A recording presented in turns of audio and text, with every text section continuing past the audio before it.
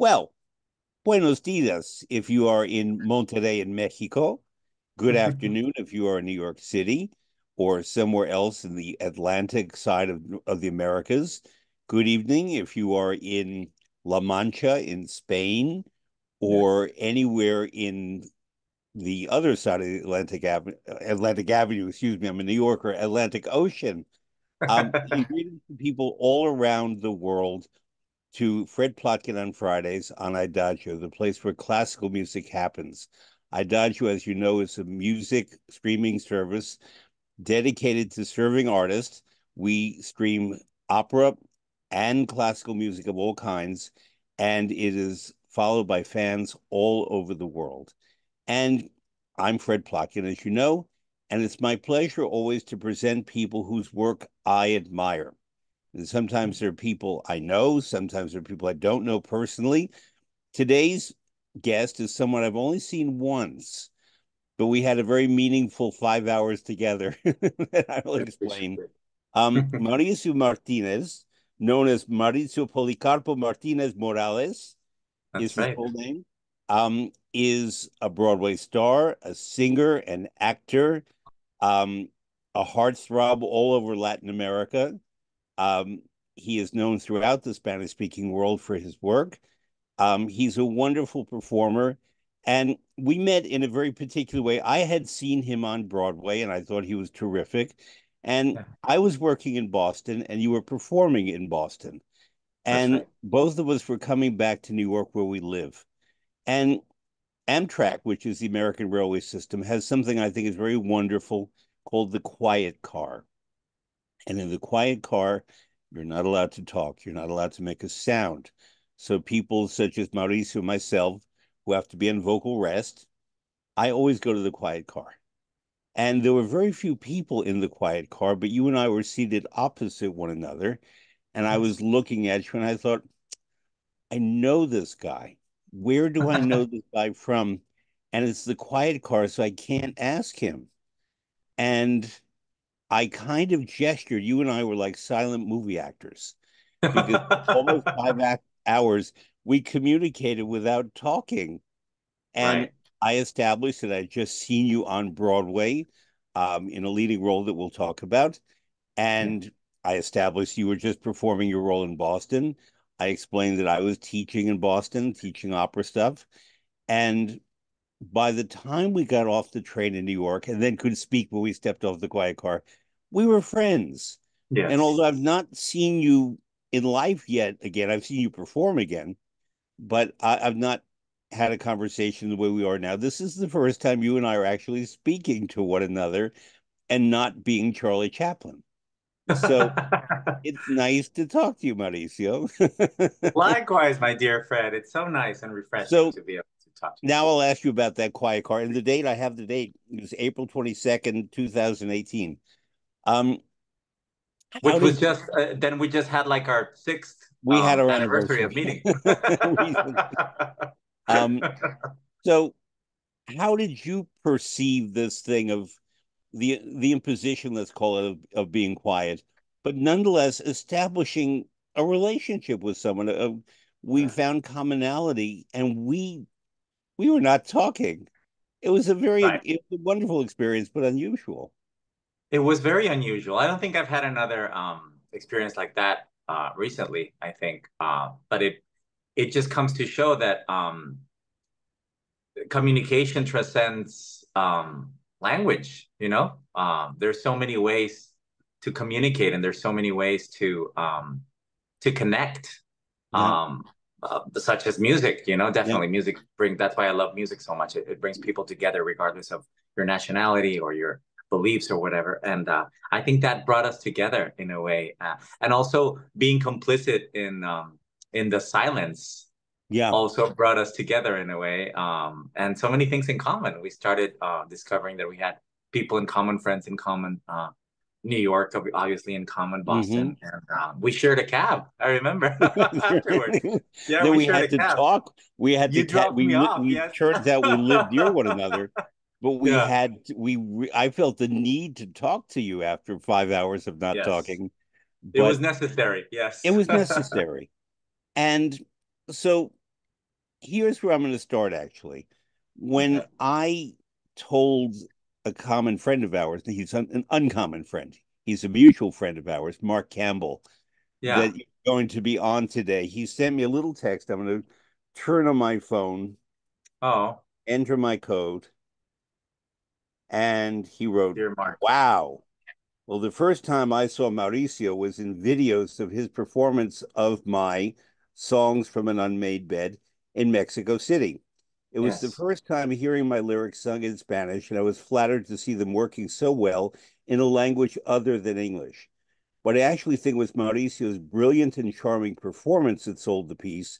I was very grateful to him recently when he performed the work again at 54 Below, which is here in New York, for a benefit for GLAAD.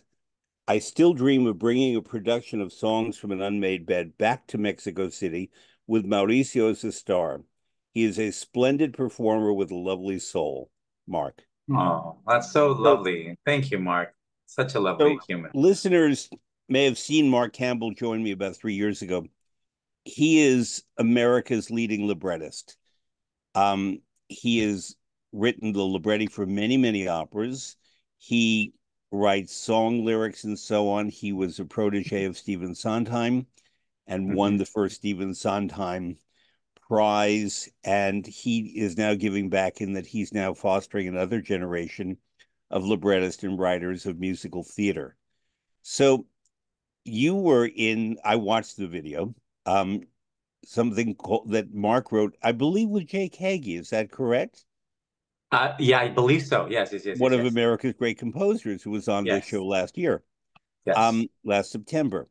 And so that's a powerful combination. And talk about what is Songs from an Unmade Bed. It's a song cycle that you, I'm going to use the word theatricalized.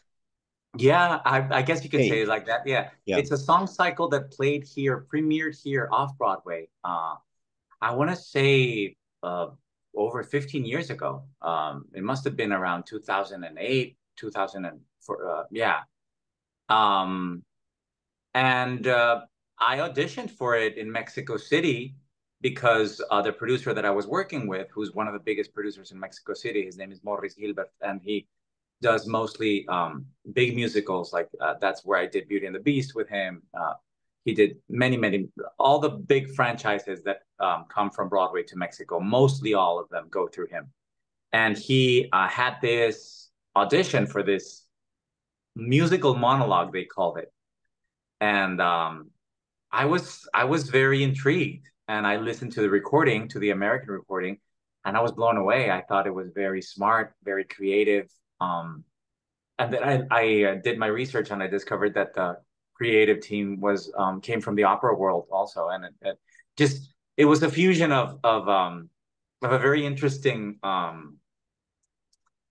group of people and talking about a subject matter that definitely hits home, because it's all basically a song cycle about being a gay man, a single gay man in New York, Hmm. and all songs they don't have nothing to do with each other, but if you put them together, you can also create a storyline, and that's Yeah. what we did in Mexico with my brilliant director, Jose Lopez Velarde. He sort of put the songs together in the same order as they appeared, and we created this character who didn't have a name, Hmm. and what he was in his bedroom in his pajamas singing about his experiences. And Hmm. there are 18 songs, Yeah. brilliantly written.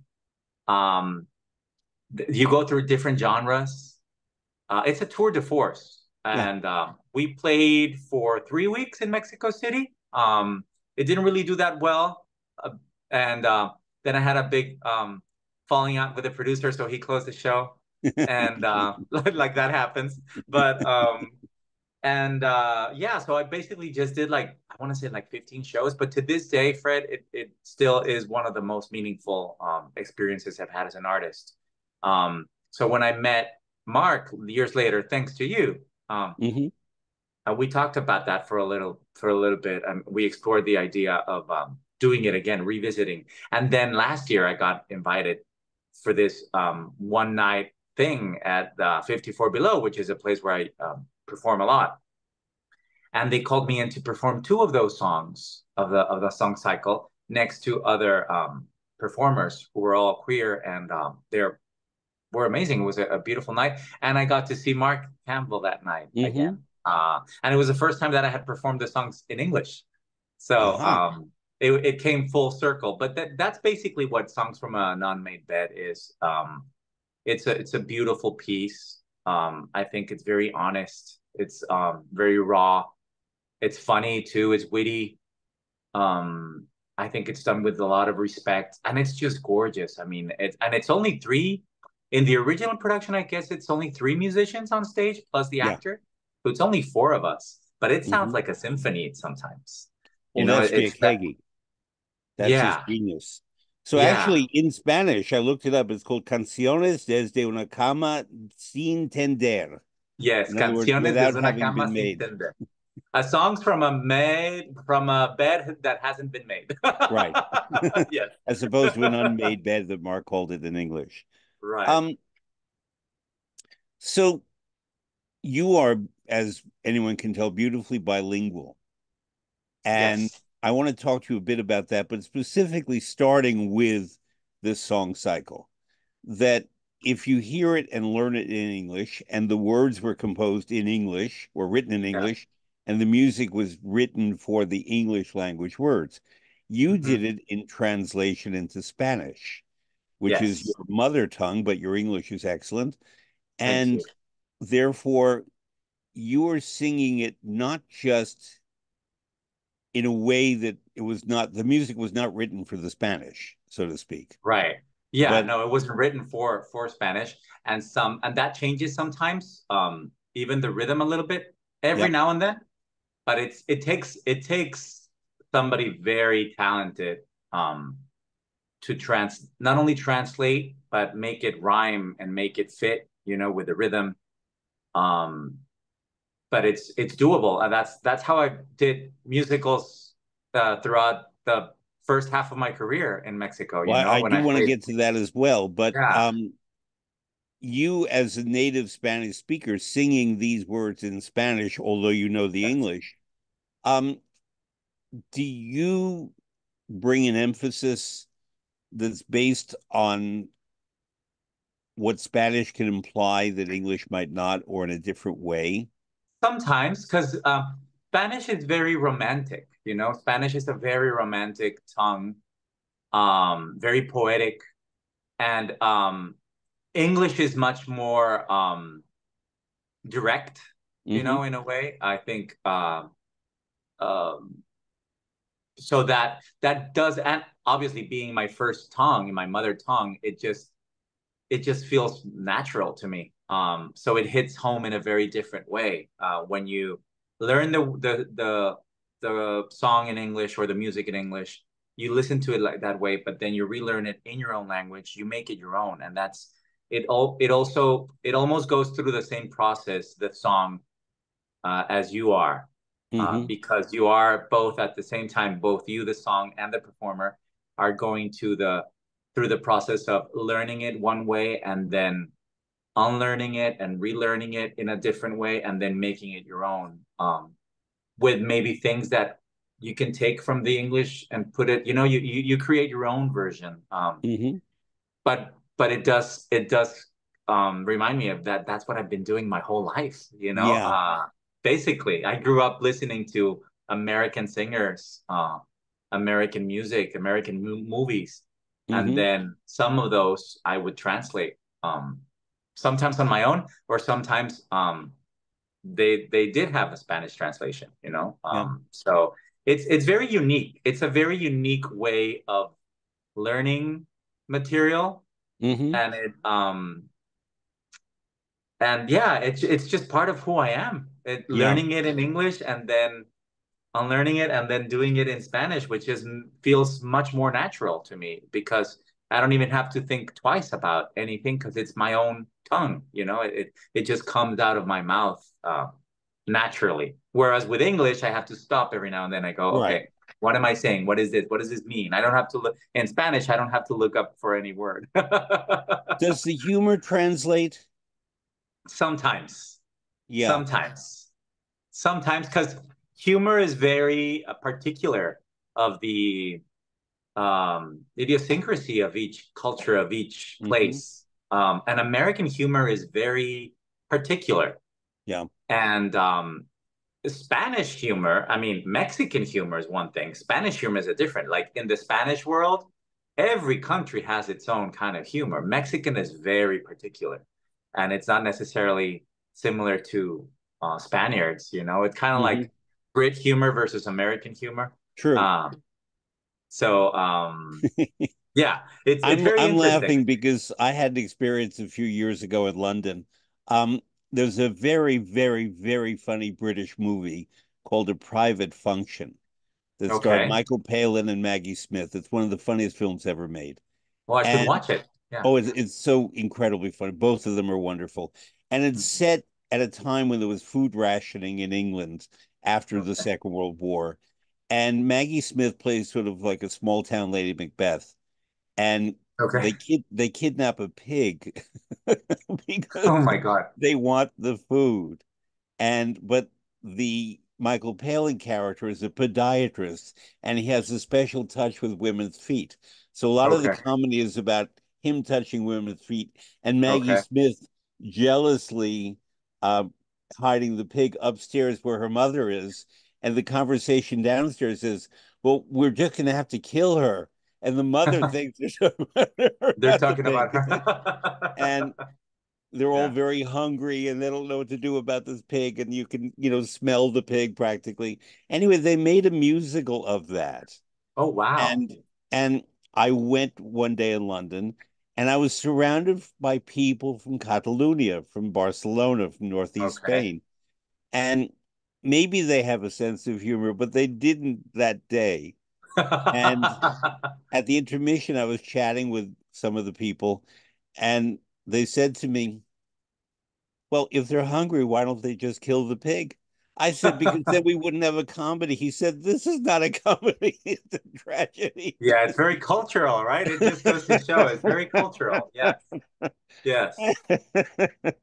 What And we find funny, maybe somebody else in a different part of the world will not find right. funny. I mean, they didn't understand that the old mother upstairs was thinking they wanted to kill her. They missed the The entire whole thing. show. So yeah, there is that. Yeah, I mean, also you're a Broadway star, so you know the producers.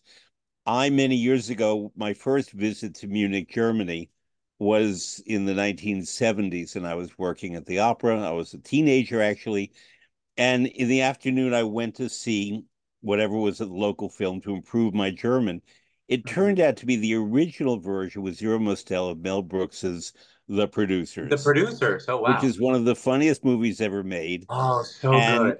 it's about, putting on the worst musical ever, and it's about Nazis Yeah. and it's very funny in the New York context. It was not funny in 1976 to people in Munich.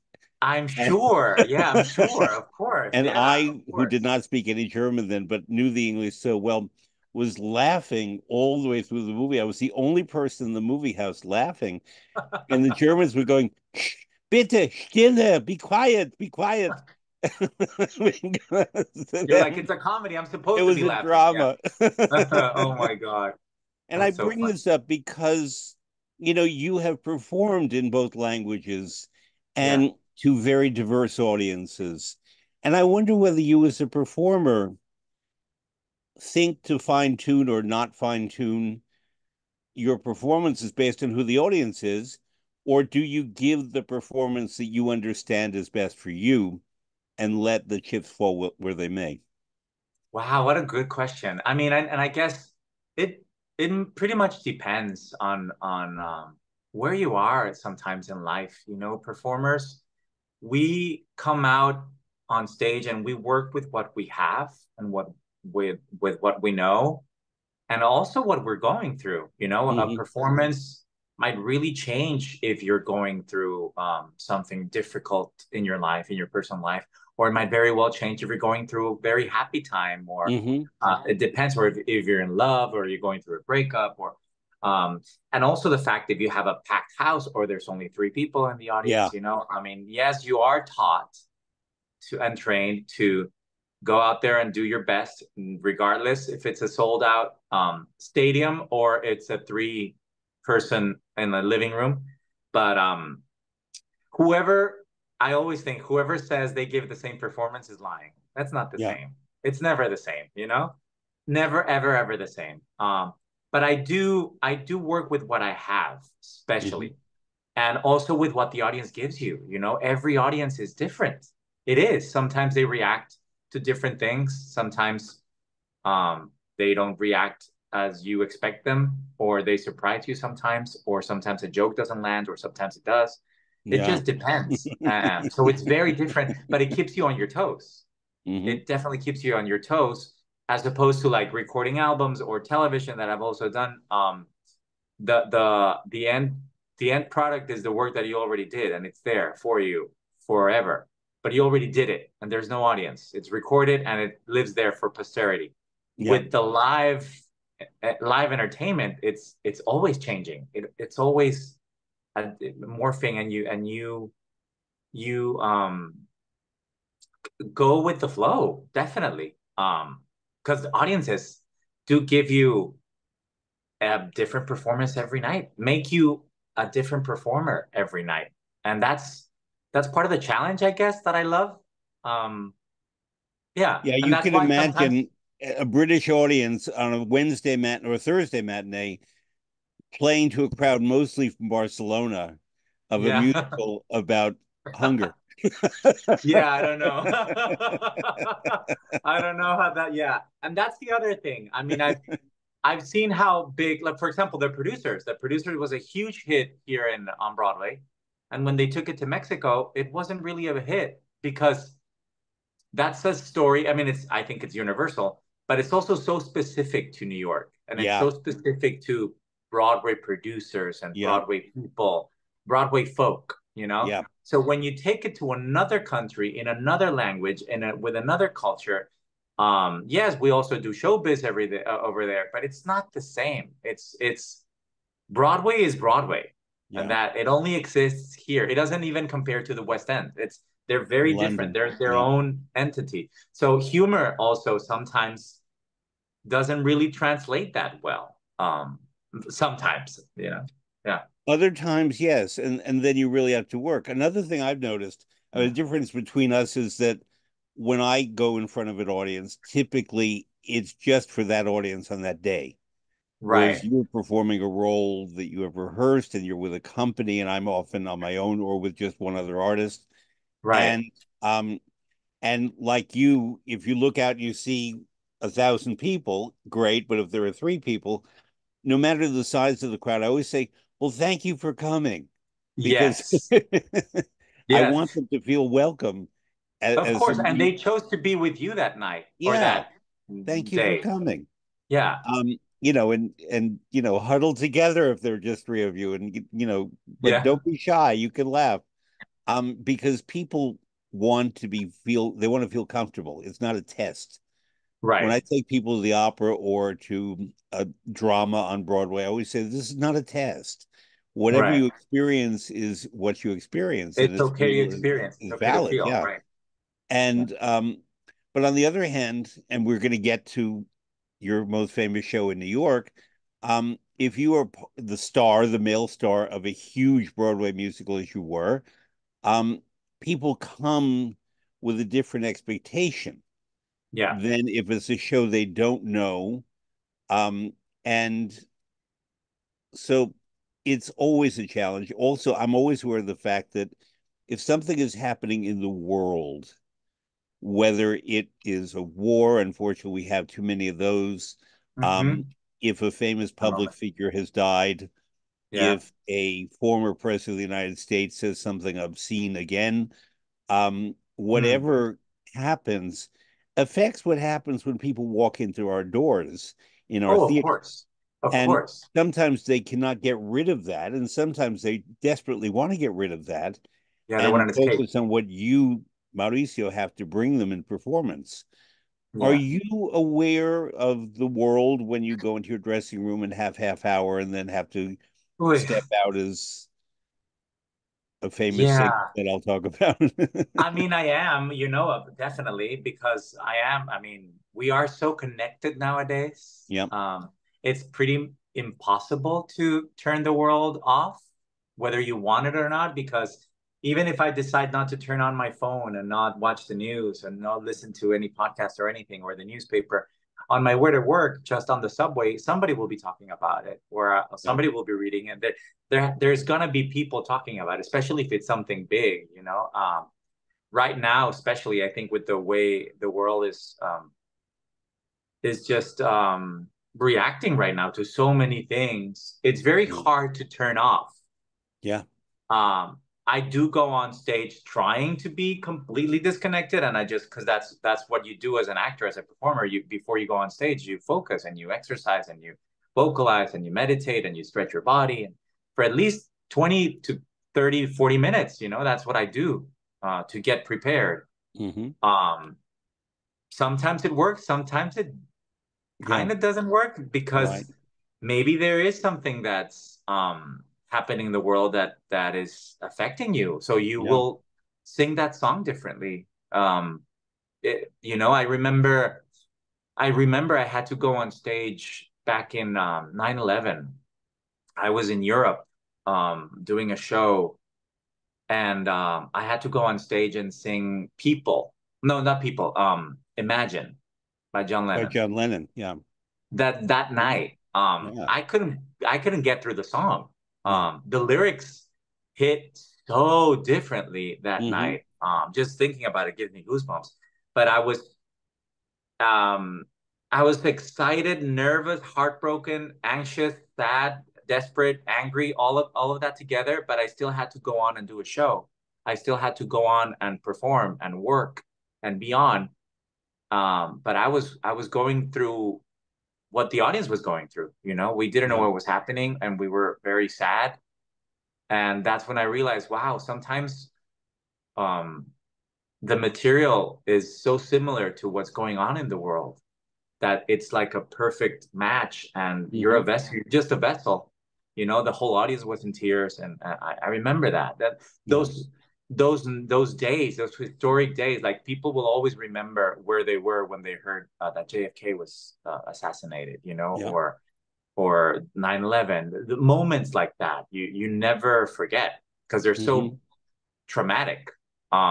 But that phrase of the show must go on is very correct and it's very accurate. You have to go on. Sometimes you can, if you're blessed to have an understudy and that they can do the show for you and you can go to the funeral or whatever, but sometimes you have to be on stage Yeah. and you have to, but that also keeps you alive. It There's does. a reason why we chose this profession, Mm-hmm. and this work that we do, because we do need it. It's like a drug. Yeah.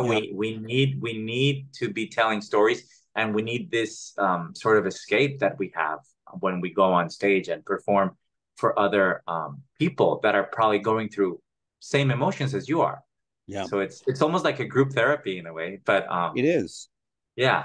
You know, you live in New York, as do I. We recently had Yeah. an earthquake on April 5th.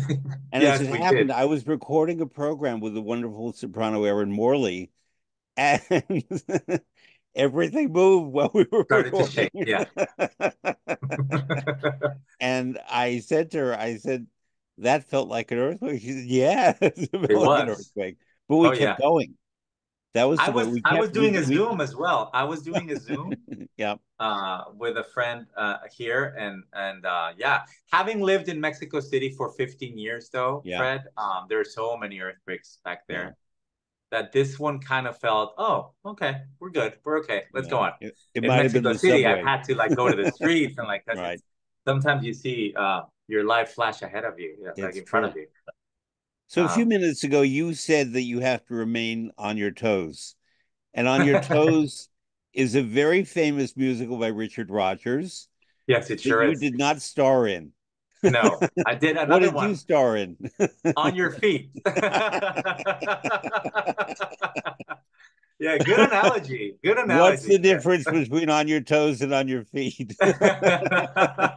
On your feet, which is the Gloria and Emilio, the Emilio and Gloria Estefan story. Yeah. Yes, I got to play Emilio Estefan for a And little because bit people under are two watching all years. around the world, even though they are very famous, would you explain, please, who are Emilio and Gloria Stefan? Of course, Emilio and Gloria Estefan are a married couple of Cuban Americans.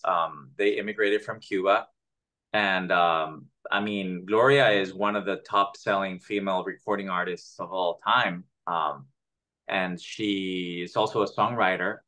She's been inducted into the Hall of Fame, the Music Hall of Fame, the Songwriters Hall of Fame. Like she has the Kennedy Honor Kennedy Center Center honor. Honor, Like which is a very yeah, big deal in America. Yeah. a huge deal in America, which Yeah. I got to perform for her that night, by the way, which Oh, is amazing. really? Talk Yes, I about was that now, there. then. Talk right about that now, because it's done at the Kennedy Center. The president, Yes. except when Trump never came, but every Well, other yeah, president. mine was in 2018, so that the president didn't come, but that was good. We were Okay. okay with that. uh, but it was exciting. It was Yeah. yeah. I wanted to perform there ever since I can remember. I remember watching the Kennedy Center honors on TV when I was a kid, and In Mexico. Yeah. always yeah in Mexico, and I always felt like wow, what a great event. It's so presidential. The president It is is. there, Yeah. and the best exponents of like theater or film and TV and music and culture are there, and you give yeah, it was just so exciting. So to be asked to perform for Gloria that night was a dream come true. There I was, a little boy from Mexico jumping up and down and singing and blowing Hmm. kisses to Gloria and Emilio, and them blowing kisses back to me. And it was a wonderful night. It was a wonderful night. Rita Moreno was there. Andy Garcia was Wow. there. Quincy Jones was there. Stevie Wonder. At the audience also with Meryl Streep, Julie Andrews. I mean, Yeah. I could Yeah. go on, and it was amazing. Pretty Go much, on. pretty Go amazing. on. Yeah, No, it was it's really, amazing. I attended once. It's one of the Yeah, most thrilling events in American culture. I can attest to that. It is Yeah. very exciting. I Very mean, I didn't exciting. perform, I was in the audience, but I can only Yeah. imagine what performing would be like.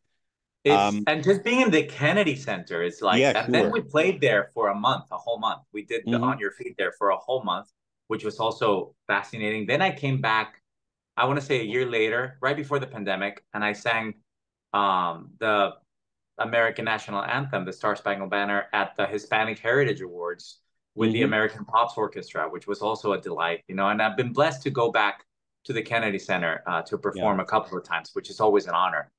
But that was my first, and you never forget your first. No. The first time performing at the Kennedy honors for Gloria, and I was Hmm. almost not able to do it because we did it right before the Christmas break, and we had like a week off, and I went to Mexico, and I didn't have a green card yet. I only had a work visa back then, so I was getting it re-stamped in my passport or something like that, something passport visa thing.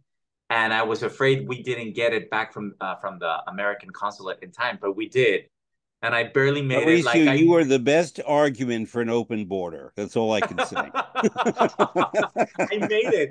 I made it, and I was there so excited because there was like a 95% chance that I might not be able to go Oh, on, which would have been terrible. yeah. But thank God I did it, and now it's there on YouTube for everybody to watch. Yeah. The Gloria Stefan Kennedy Center honors, and I'm there with the cast of On Your Feet, and it was a dream come true. I got to meet Supreme Justice Sonia Sotomayor that night. Oh, nice. And which was amazing. And Yeah.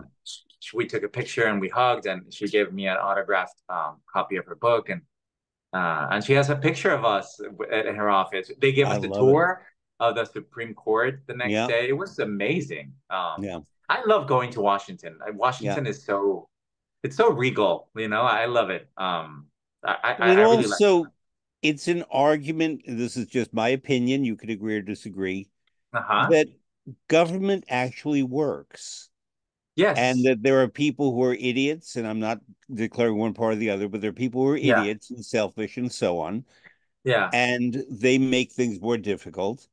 But Yeah. democracy can work. Oh yeah, And I see it when firsthand. applied well, we do see that in Washington. We see where our Oh tax yeah, money goes. And it's I not, see that too, yeah. and it's beautiful to see, but also and I will always say about this. I've said this many times in galas, and I've been blessed enough to sing in a lot of fundraisers and galas, and the way Americans support the arts, it's truly inspiring. Coming from another country where that doesn't happen all the time, it's really gratifying to see. Americans really do support culture and the arts. Some people might think they don't, but when you come from another country, you realize, oh no, this country definitely does fund the arts and support the arts. And you see it. You know, I was able to tour the country with this show, the On Your Feet, and I was able to see packed houses, Hmm. eight shows a week, subscriptions, that people have. People, Americans love the theater. They love Broadway. They love musicals. They love dance recitals. They love the ballet. They love the opera. They do love going to the theater, and they love supporting it. And they give a lot of money uh, to fund the arts, and that is, I mean, I'm very grateful for that. And that is something that I always will always say about this country. It's very impressive, and it's very beautiful to see because we have a job thanks to the generosity of many people. You know. Do you think there's been a change, number one, with the pandemic, but number two, with the access of all kinds of devices, that people stay home more and will watch something on their little screen rather Yeah. than go into a theater and sit with other people and hear Yes. a live performance?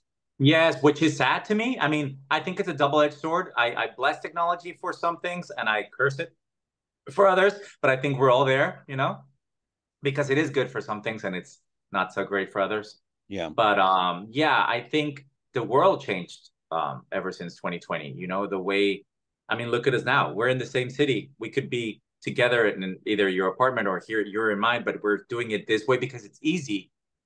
It works, it's practical, and it's fast.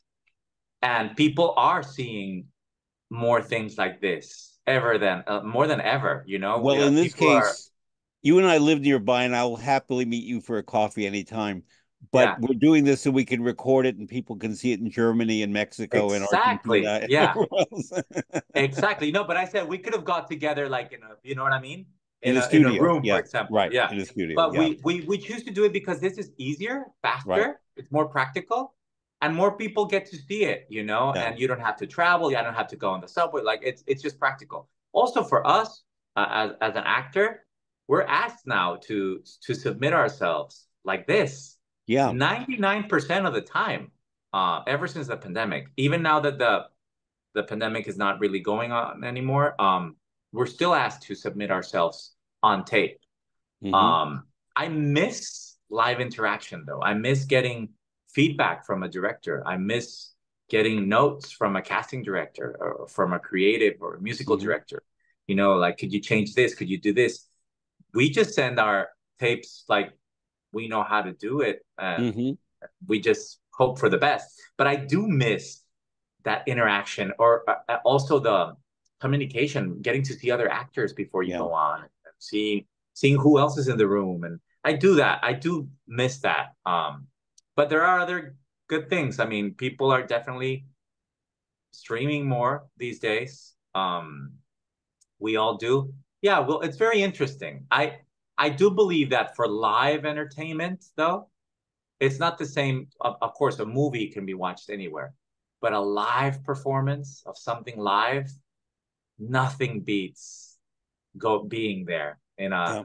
in a sacred room in the dark and the lights go off and you're with strangers and you're transported into a different world for 2 3 hours. Uh that for me that will never change. No technology Especially could ever replace that for me. You know. especially because in most theaters, not all, but most theaters, it's designed with what's called a proscenium arch, proscenio, in front of the scene. So in a Yeah. way, I'm looking at you now in a proscenium, in a Yes. frame, but in a theater, you have this sort of gold frame around the artist, and we call that the fourth wall, the invisible wall that Yes. separates you, Mauricio, from me, Fred, and the audience. Yes. And even if I know you personally, for those 2.5 hours, you are not necessarily Mauricio. Right. I'm playing somebody You else. you're Yeah. somebody else, Yeah. and I'm still me. And when I attend, I separate my friendship from you from your performance, or Yeah. I Which is try to. something wild. Like now Yeah, that I listen to you say that, I go, wow, it must be really wild for like my friends and my family to sit and watch me work because you're absolutely right. Sometimes when it's not a concert and it's not me, I'm playing somebody else, and right, it may be somebody else that has absolutely nothing to do with me, you know. true. And But maybe a bad guy. yes, I've played bad guys. I was about to say, are you believable as a bad guy because you have a sweet personality? Can you Yeah, no, play but bad? I played mostly villains in telenovelas back home in Oh, that's Mexico, right. mostly bad guys. Yeah. So I got to slap a lot of people and push a lot of people down the stairs. It was fun.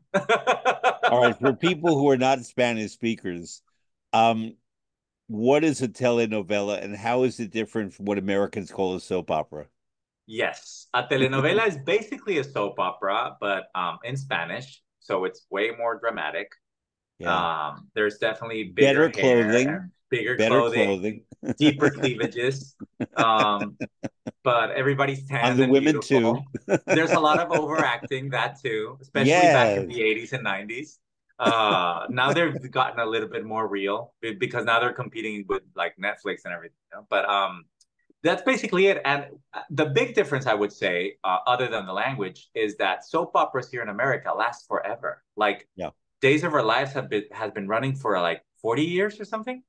Same like The Young and the Restless. They go on and on and on and on. In Mexico, the longest one maybe lasted like a year and a half, but they're shorter. In Mexico, they're like 6 months, 4 or 5, Hmm. 6 months. And then another story comes up. Um, yeah, that's basically it. You're reminding me, I have a friend who I'm sure you know him, but I'm not going to name him right now. We've been friends for more than 40 years, and Okay. he's a very famous actor, a soap opera star who has played bad guys, good guys, lovers, fathers, Uh-huh. every imaginable role. But he also is a superstar in movies, and that's why I'm going to leave it private. But I met him because he studied opera at Indiana University, and we Okay. met in our opera lives, and I remained in my opera life, and he went on to become this rather big star. And there was a period in the 1980s, late 1980s, I had a very bad injury and I was in bed for 6 months. And he was starring on All My Children, which is one of the leading soap operas. And he played a terrible, I mean, a wonderful role. He won an Emmy for it, but a terrible character, really. And he Okay. played A bad guy. Yeah. a bad guy. But if I recall, he played two of them, and they were twins, and one of them was a better guy, and they were Okay. Okay. brothers fighting one That's another. fun, but it's a lot of And work. and then it is a lot of work, Yeah. and then one of them, these two guys, got killed or removed, as can happen in American soap opera, and he was gone, and we didn't know if he died or he just left the town. And I can tell you that being in bed for 6 months with my leg in a cast and Oh, watching this every day, I would tune in. I think it was at 1 o'clock, and I'd never seen a soap opera before in my life. And when his character was removed, let's say, um, I had withdrawal symptoms because right. I couldn't call him up and say, "How are you?" But he Right. only had a 6 month contract because he was going off to star on Broadway and something. And but I can tell you, become addicted to those things. Oh, yes, very much so.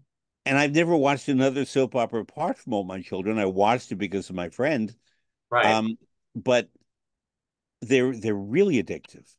Oh, very much so. And that's why they Yeah. still exist. And in Mexico, they're like part of the culture, you know? Yep. Especially back like when there was no internet. I mean, some of these shows stopped the country. Like Yeah. when there was the last episode was airing, like they had like the highest ratings ever. You know, they literally stopped the world everybody was watching, you know. I remember this very famous one um, called Cuna de Lobos, which means the wolf's Wolf cradle. Lair, Yeah, Wolf Lair, yeah, I the think. wolf's Yeah, lair. Yeah, yeah.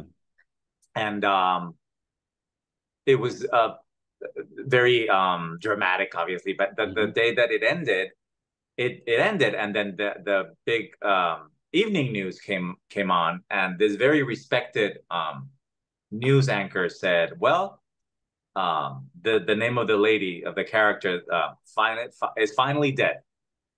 We can go on with our lives." You know, but that just goes to show that, yeah, I mean, these stories really stopped the world. Everybody was glued to the television. Of course, back then, as I say, there was no streamers, no social media, no Right. internet. So it was a very different experience. I think that's why probably back then stars were bigger, you know, because you only had one option and you saw Hmm. that one option, you know. Now you have so many options that it gets kind of like diluted. You don't know where to look now. It's overwhelming, I think, now. But you were, I'm saying were because this was a phase of your life when you were acting in these a lot, Yeah, famous throughout the Spanish speaking world, yeah. not just Mexico. Right, Anywhere because people spoke these Spanish. shows these shows particularly are shown here in America through Yeah. Univision or Telemundo, but they're also bought and they're become basically like syndicated, but all over the world. But I have mostly friends in in Argentina who know you through that.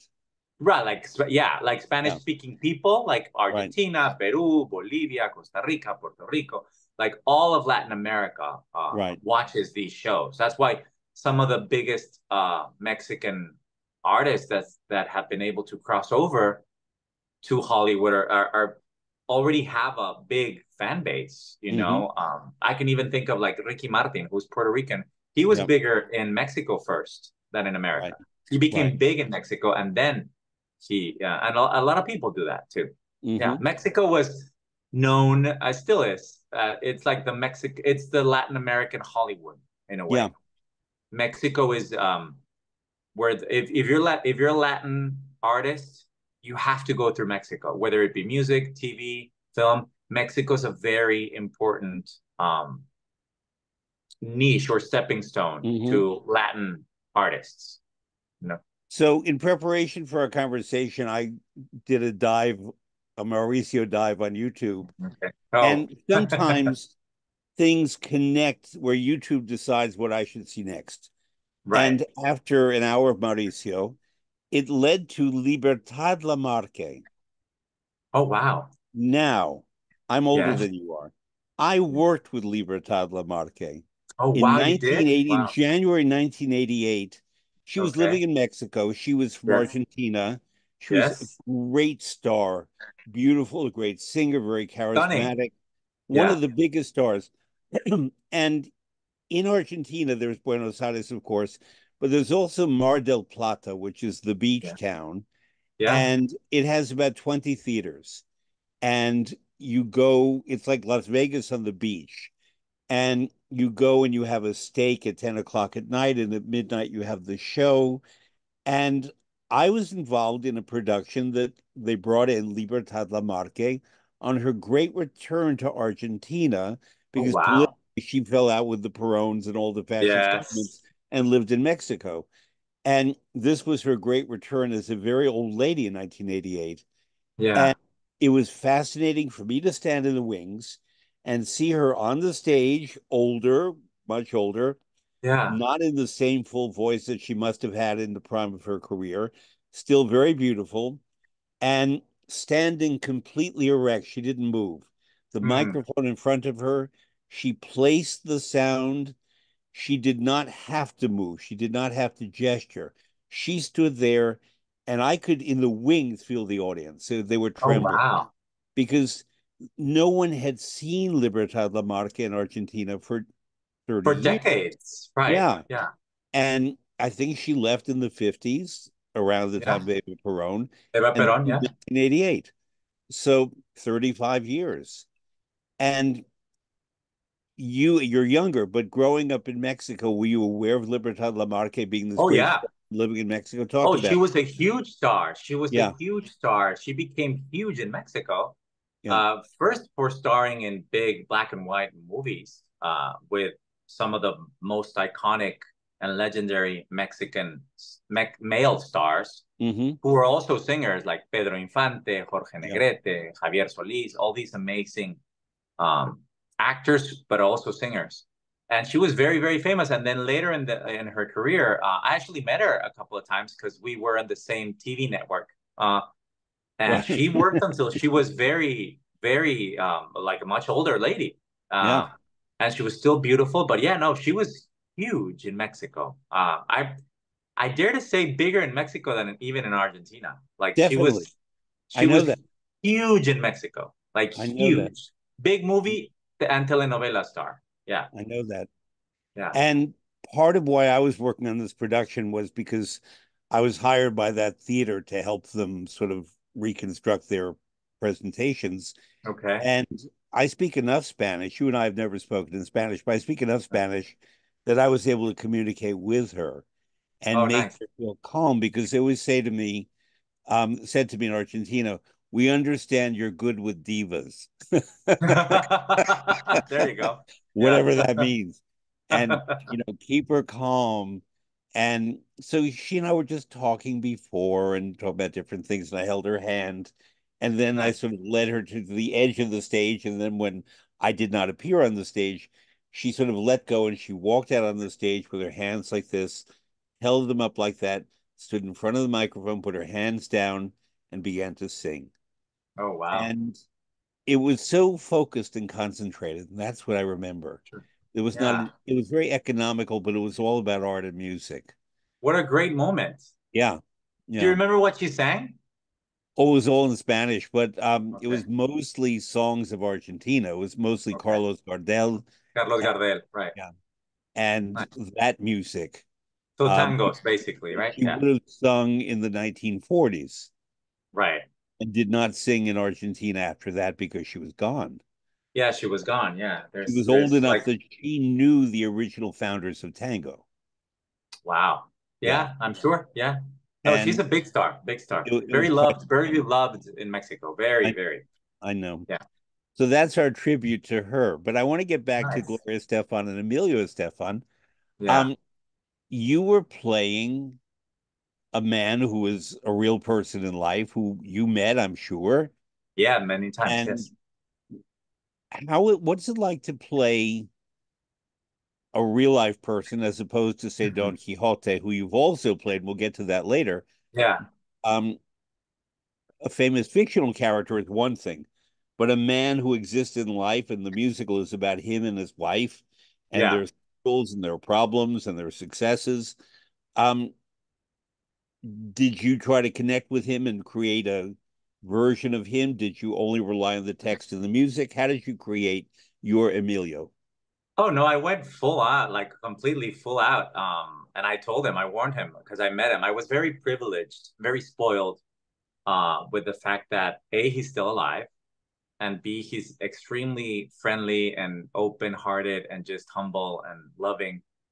And see that he and Gloria were also producing On Your Feet, so they were very involved and hands-on, Mhm. and they wanted me to be close to him, and I had opportunities to be very close to him and watch him work in the studio as a producer, watch him work as a restaurateur, watch Yeah. him be a loving husband or a loving grandpa or a dad, a loving dad, or being a celebrity, Yeah. on the streets of Washington or at the Kennedy Center or at the Supreme Court or in Times Square or in Miami at the beach Mhm. or like or I went to Niagara Falls with them, and I mean I got to really be close to them in a short amount of time. I want to say in like a year and a half.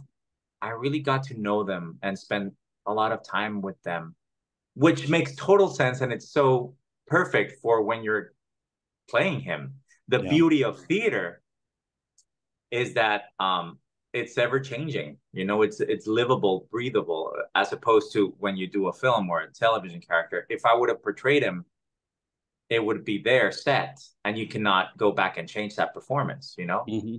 With the beauty of theater is that I got to know him more and more and more. So by the time I finished my almost 2 year stint playing him, I became him. Uh, his mannerisms, the rhythm, how he talks, his tone of voice, his accent, but also his heart, getting to know him in different aspects of his life. He was definitely a part of me. And he loved it, you know. And Gloria said, I close my eyes because he doesn't really have a singing voice. I gave him my voice as a Yeah. singer, but his speaking voice, Gloria said, you just have him down like nobody else. I close my eyes, and that is Emilio. And one of his publicists that worked with him for like 30 years, the beginning of their career, came to see the show in Miami opening night. And she said, you are him. Like, it is unbelievable how you just have him. You Hmm. captured him. That is the biggest compliment, Yeah. because it means that I did my job, Yeah. and but that's the beauty of doing it um, while he's still alive. And when you're doing theater, you can go back and change things and adapt. And yeah, it's not opening night Emilio on Broadway is not the same as closing night in West Palm Beach in the tour almost 2 years later. Um, It's a very, I also went through a lot of things, while I did the show. So art imitating life, I guess. yeah. Yeah. So you closed at the Kravis Center? Yes, I did. I I was did. a consultant on the construction of the Kravis Center. Gorgeous theater. Yeah, Yeah. thank you. Gorgeous theater. Gorgeous, gorgeous theater. That was Yep. where I played Emilio for the last time. Yeah. Yeah. In January 2019. Yep. Yeah. And you and I met 2018. So you were coming back from Boston to New York, I guess, Yes. because you were off, I or was I on don't. tour. I was playing Emilio on tour by then. Right. Yeah. And I remember that I put out an announcement on social media with your picture, and above it said, "Quiet car, do not speak." You were reading. And I announced to friends all over the country that you were touring, or I imagined that you were touring because you Yeah. didn't tell me, um, around the country, and that I saw you in New York, and it was definitely worth attending. And many people went. A friend of mine in Detroit went to hear you very soon thereafter. Oh, And good. wherever you went, people turned out and then wrote to me and said they loved your performance. Oh, Now, one good. of Thank the you. things that I want to ask you about regarding that is there have been many on Broadway what are called jukebox musicals, and I don't Uh-huh. like that term. What Right. that means is where they take the musical songbook of a particular artist or group and try to turn it into a musical story. Right. And some of them, the one about Tina Turner worked incredibly well because the woman who played Tina Turner was terrific. Yeah. Um, Amazing. there I was agree. a show about Cher where there were three or four women playing Cher at different ages. It was Yeah. The chair okay. show. There's one about Michael Jackson, which has an excellent book, libretto by Lynn Nottage, but it's Yes. creepy. It's astounding, Yeah. The The book, Michael yeah. Jackson. Yeah. But because the young man who in the original cast who played it was incredibly gifted and won the Tony Award. Yes. Very But much so. but to me that's not enough necessarily. There's a musical now called The Heart of Rock and Roll, which got Which no Tony Award I nominations, yeah, I just saw. I just but it saw. has Yeah. a very charming book. It has lovely choreography, nice characters. It's not the And it's a world's lot of greatest. fun too. It's It a is a lot lot of of fun. fun. Yeah, a lot of And fun. it should have been nominated for choreography, I think. I like the I choreography a agree. lot.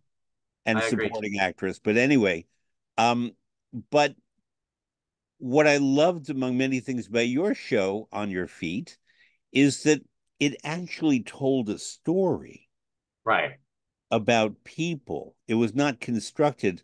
The Heart of Rock and Roll basically is set in a paper plant in Wisconsin and has Right. nothing to do with the songs With by Huey Huey Lewis. Lewis. Right. Right. But your show was a biography. The Right. way, Fanny Brice and Funny Girl and Fiorello LaGuardia and all of those shows that are about real people, Ben Franklin, there are Yeah. any number of musicals have been made about real people. And yours was about real people, the difference being that they were both alive Right. when With their songs. Yeah. with their songs. and Yeah. still performing. Gloria had a bad accident, a terrible accident, but she came back from that. Yeah. And but I think that audiences also, because it was really, I think, the first show about Latinos, about real people. West Side Yes. Story is a wonderful, wonderful musical, but Yeah. it's a story based on Shakespeare. It's everything that it is, and I think it's a wonderful musical. But Yeah, me too. it was not about two very famous people, Right. where you and different women were playing the leading couple. Right. And And two very important people in the industry, very yeah, respected and beloved Latinos that open a lot yeah, of doors to so many artists and have supported so many artists, Latino artists in the yeah, industry. And that's a big responsibility too. yeah. But yeah, On Your Feet broke the record because it was the first musical in Broadway history to have 99% of all Latinos in the cast. Really? Uh, Emilio even joked in the Tonys when he presented the number. He said, "Don't worry, we all have papers," with his big accent. But yeah, it made history because it was the first time ever, and there hasn't been a show since that had as many Latinos as On Your Feet did. Yeah. There hasn't been another Latino musical since On Your Feet closed, almost Well, seven there was years. one. Yeah. There was Women on the Verge of a Nervous Breakdown, based on the film by Almodovar. Oh yeah, that was a little bit before, but It that's a was Spanish before, okay. story. Yeah, Yeah, that's a it's a Spanish Spanish figure, movie. not Yes, Latino. Okay, let's define for yes, people listening in China, what's the difference yes. between Spanish and Latino? Well, Spanish is Spaniards, I mean, you come from Spain, so you're European. Yeah. Antonio Banderas, Penélope Cruz, Javier Bardem, they're Spanish. Yeah. I'm half Spanish because half of my family is from Spain and half of my family is Mexican. But Latinos are Spanish speaking people too, but that we live or were born and raised in Latin America. So it's a wholly Hmm. different continent. Yeah. It's always a misconception when they say, oh, the Latin lover, the Spanish actor. And I go, but is he Latin though? is, is he? Because he's European. But that could also be Marcello Mastroianni, an Italian, Right, he's an who's a Italian. Yeah. Latin lover. But I guess, I mean, yes, and I played many Italians, Yeah. and I probably will continue to because we are very similar in a way. Yeah. We have that. Our language does come from Latin, so we do have all that. Brazilian, Portuguese, Spanish, any Latin American country or Mexico. But that's basically the big difference, Hmm. between being um, Spanish. It also, when you say Hispanic versus Latino, Right. that's a whole different thing. When I first moved to this country, I didn't know there was such a thing as a Hispanic Heritage Month, Right. Uh, because like I always say, well, in Mexico, I'm just Mexican, I'm Yeah. just, I was born that way. We don't think about those things until we move to a different country where that is an actual thing. There is such a thing as Hispanic Heritage Month. I think it's a beautiful opportunity to showcase um, the pride of being from the countries we are from and showcasing other Latinos or Hispanics for that month. I love it. But the But unifying thing would be the language more than the culture, because there's not one yeah, culture. we're Because someone from we're Chile not or a monolith. Bolivia, We're so diverse, right? Someone from right? Chile or So Bolivia is very diverse. different from someone from Guatemala or the Dominican Republic or We're Puerto so Rico. different. Even Caribbean countries like the Caribbean, like the islands, like Dominican Republic, Puerto Rico, and Cuba, they obviously have similarities, but when you really go in, they're very diverse. Their Yeah. food is different, their music is different, their accent is different. So you can't really put them together. We're different countries. A Mexican and a Puerto Rican have almost nothing in common, but we are put in this box because we are Latinos, but we're so many and we're so different at the same. It's very interesting to me, but that mostly happens in the US. Yeah. Mostly happens in the US, and especially in an industry like ours, you are like, oh, he's a Latino, he's a Latin actor. So Right. but we're so different. I'm still finding my way through that because it is an interesting concept to navigate through, you know. Do you find now let's put this out there. You're handsome. I think everybody would agree. So therefore, you're categorized as a handsome man when you go for an audition. Mm-hmm. So you would not necessarily be hired to play the criminal, the thief. A lot of the roles that unfortunately certain Latino men are cast as automatically, the drug dealer, all of Right. those The cartel stereotypes leader. that were Right. right. Um, but there are, I know many Latino actors who are incredibly, they do Shakespeare, they do everything, but they're Mm-hmm. categorized into these small boxes Yep. that is very hard for them to get out of. Black actors have faced that, Jewish actors have faced that, Yeah. certain groups. You know, the Yes. Jewish actors were always supposed to be either nervous or funny. Yes. Yeah. Yeah. It's It's like, a thing. It's there is such a thing called typecasting, you know, yeah. and it always comes down to casting directors in a way. I think Yeah. casting directors put us in a box for maybe probably, I mean, to make their work, to their lives easier and their work Hmm. easier, to put us in categories. But again, we're so diverse, you know. Yes, But that's the point. yeah, Latinos, we tend to be written to be more sensual and or more romantic Emotional. or yeah or have a big accent sometimes or be the comic relief because of our accents or Like the Desi culture clash. Arnaz and I Love Lucy. Yeah, which Yeah, is just what Sofia Vergara did like 50 right. years later, you know, it's Yeah. the same thing over and over again. And yeah, Yeah. we are that. Some of us are, but Hmm. I always say, but we're so much more. You know, Oh yeah.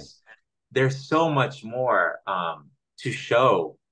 That's why I love people like Salma Hayek. You know, who broke through the mold. She was always seen, still is seen as this like voluptuous, like femme fatale. But Hmm. she wanted to play Frida Kahlo. You know, Yeah. and Frida Kahlo is not a femme fatale. Was not um, Oh. a sensual, sexy woman showing her body all the time. No, Frida Kahlo was a revolutionary, a painter that was very left leaning and very controversial and was thought of being bisexual at that time and had Yeah. political beliefs and like she had nothing to do with Salma Hayek. And she went on and pushed and pursued that project and created this beautiful movie. And now she'll always be remembered as Academy Award nominee Hmm. for this beautiful role of a brilliant Mexican, a Yeah. courageous Mexican painter that was ahead of her time, and that stories like Frida are the ones that I'm mostly proud of because these are Mexicans that where there was no technologies yet, that we didn't have Hmm. internet, but she crossed over and became um almost like it's almost a synonym to Mexico. You know, when you think Yeah. of Frida and you think of Mexico, they go hand in hand. You know, and that's beautiful to see. You know, those are the stories that inspire me. To, yeah, when you break the mold, you know, and do what's not expected from you, Hmm. is something that I admire a lot because it's not easy, Fred, Yeah. especially in this industry, because Yeah. this industry likes to pigeonhole you, you know, they like to put you in a box. And I like thinking outside the box. I worked with Jesse Norman, Oh, who wow. was No Shrinking Violet, and she always liked to say, in her very grand way, pigeonholes are for pigeons. Exactly. And she's absolutely right. She was absolutely right. Yes, completely, completely. You know, think outside the box. Yeah. But sometimes it's hard. It's hard Yeah. to get to get other people to see you as you know you can be seen. Hmm. Um, but it's part of the what we do. You know, it's a constant struggle. Now, I know that you like opera, Yes. and we communicated that when I said to you on the train that, Yes. and when, Yeah. and so talk about yourself and opera. I mean, opera, I respect the opera world so much. because because you have to. That's the opera to me for singing is like ballet for dancing. It's the basic of everything. I was classically trained for a while and I learned how to sing, but I watched all these amazing singers. Like, I mean, Plácido Domingo is very beloved in Mexico because he was Yeah, raised in Mexico. So yeah, we pretty much call him Mexican because he is to us, yeah. and of course, I mean, Maria Callas, Jose Carreras, Plácido Domingo, Well, Luciano Maria Pavarotti. Callas had her great success. First great success was not in Greece, where she was a teenager, No, but in Mexico in City, Mexico, yes. in Aida, where she sang the optional high E flat that En Verdi el would not have Palacio de approved Bellas of. Artes. Exactly, Yes, in Aida. yes, And there's recordings, you can hear that on yeah, Adagio, certainly, and you can hear it on YouTube. And yeah, the crowd went wild in Mexico. And because yeah. of that, she then was brought to La Scala and then New York, or Chicago first, then New York. Isn't that fascinating though? Isn't that Yeah, wonderful? Like, yeah, yeah. yeah. And not a lot of And people, you have to be a fan to know that, Not a lot of people know that. Yeah. well, I mean, if you're in the opera world, I guess you definitely know that. But if you're and not, I've worked with that's not many common knowledge. Mexicans in opera. There are many tenors come out of Mexico for some reason. Many, Tenor. many, many, many. We're very musical.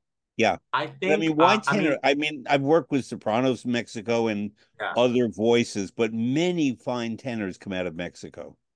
Why it's is that? part of our culture in a way because when you think about, for example, Hmm. Jorge Negrete, who's, I mean, next to Pedro Infante, if not the most, one of the two most recognizable male singers of Mexico, of a genre where they became movie stars in the 40s and 50s.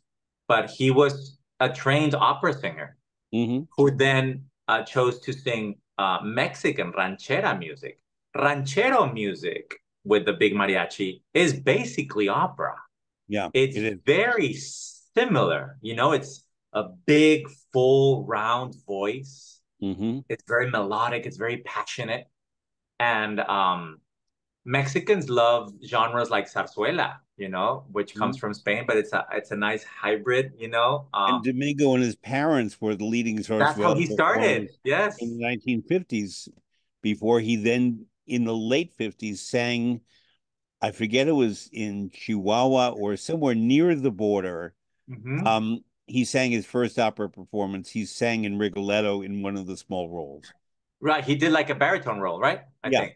Yes. exactly. Yeah. Marullo. And then, I mean, then he became who, Yeah.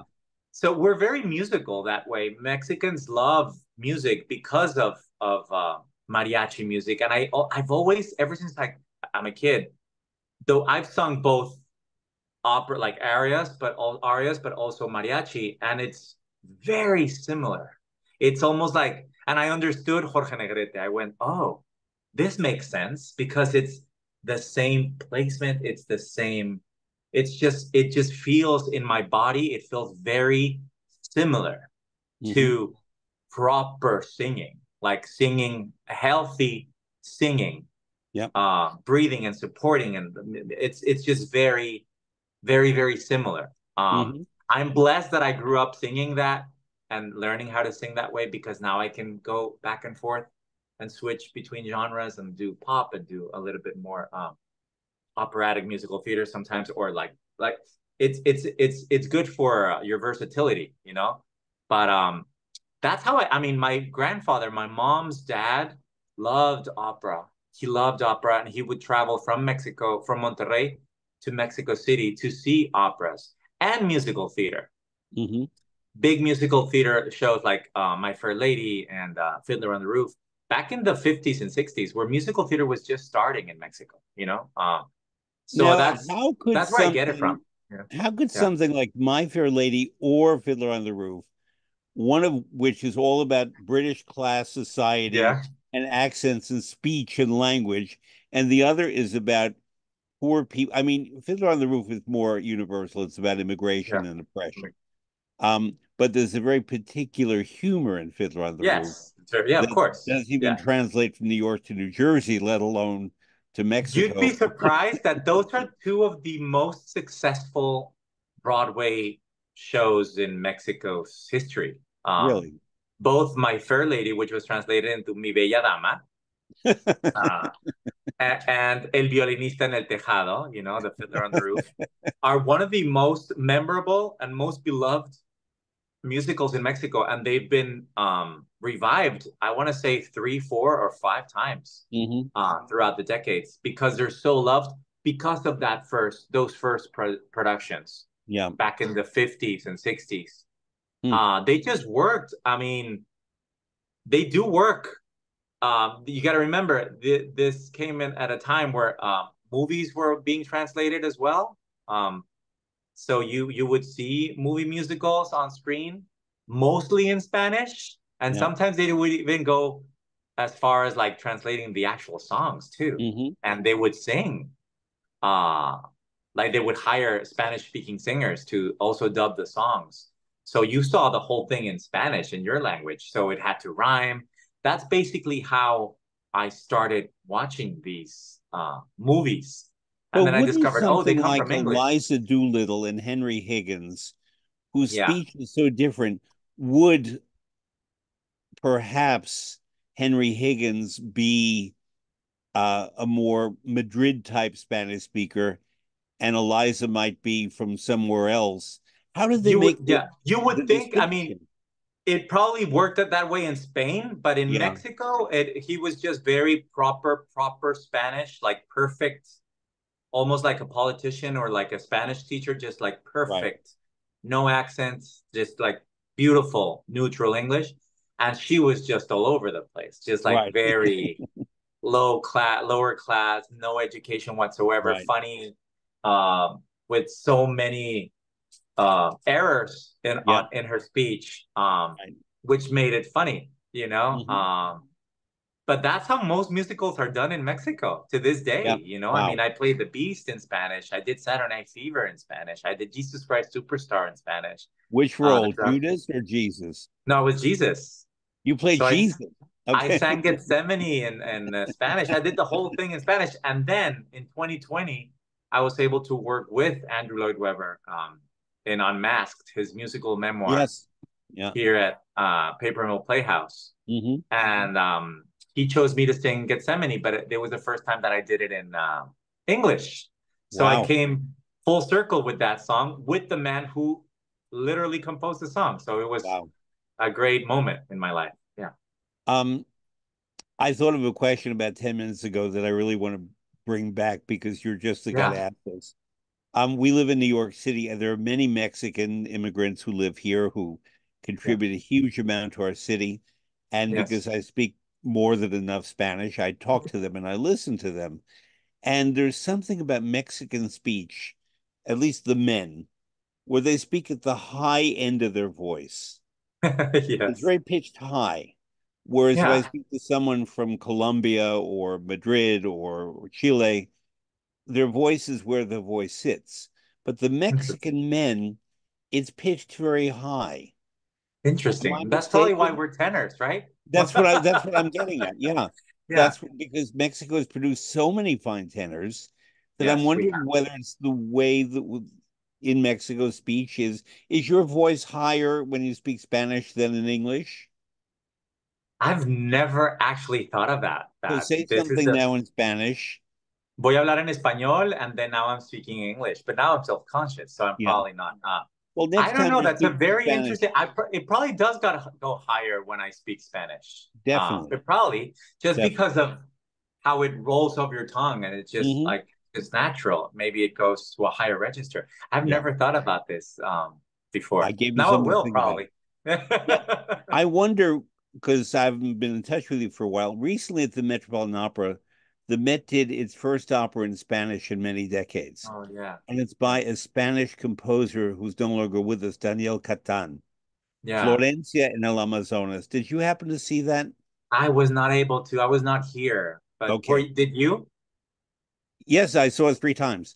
Okay. And the Met did an HD version of it, so I hope you get to see it. It stars you were talking before about mostly Spanish casts, Okay. and the woman who sang the lead, Florencia, is a friend of mine, Eileen Perez. And Okay. Eileen Perez is of Mexican origin, but she was born and raised in Chicago. Okay. And she's a beautiful woman. She has one of the most beautiful voices in opera. And it was a wonderful thing to cast someone, I don't know if Spanish is her first or second language, but clearly she's fluent, to play this character in Spanish.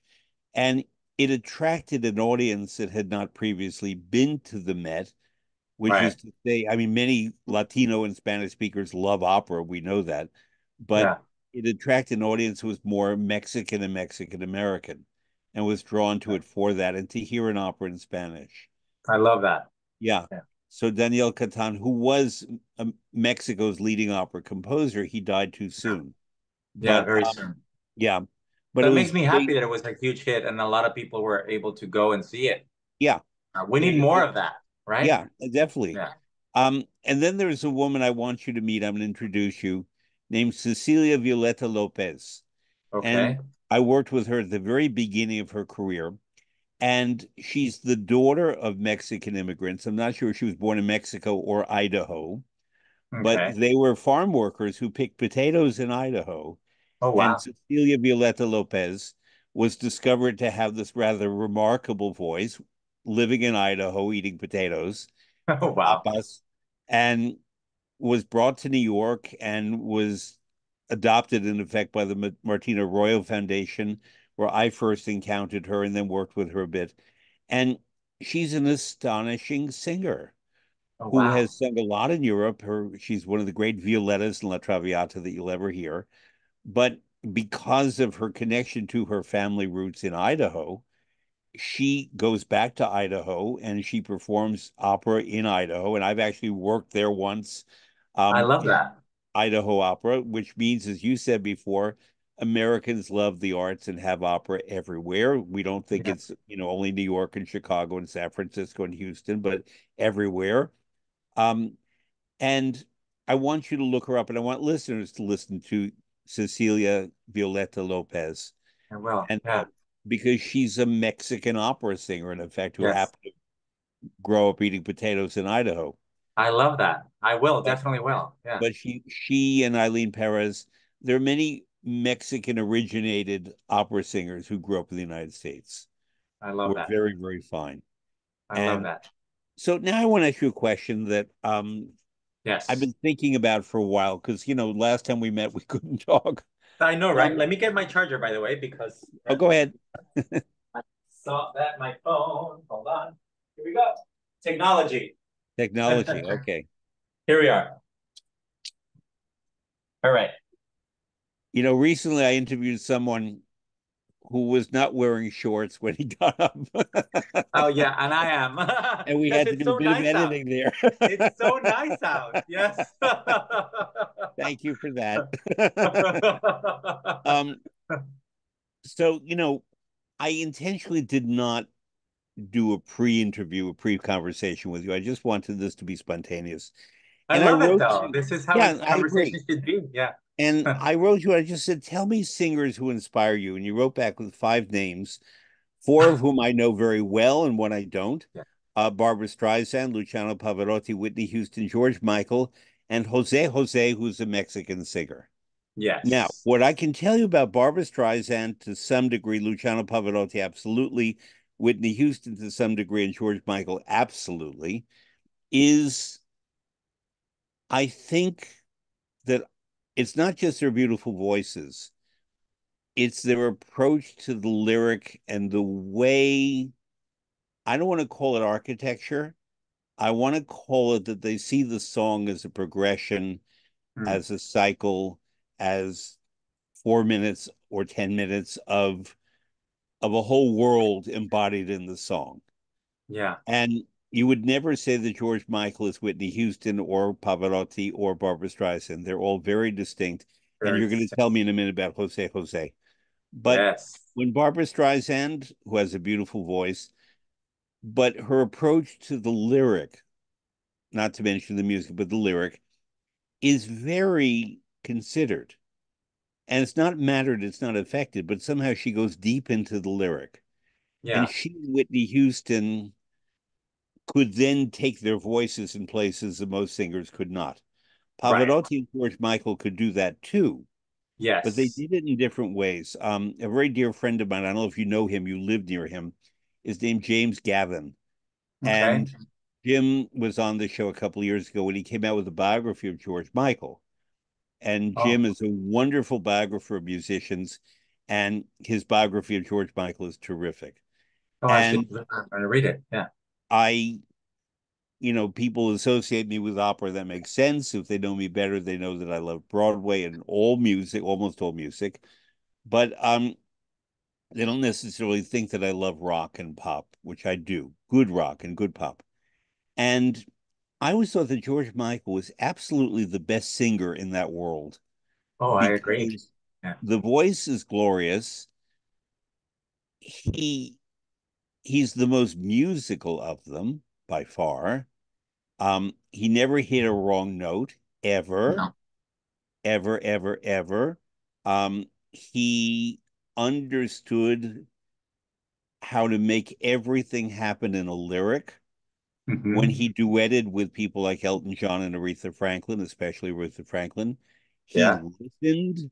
And if Aretha, who was supreme, Oof. challenged him musically, he didn't panic. He just went He went with her. with her Yes. or Mary J. Blige or Elton Yeah. John or others.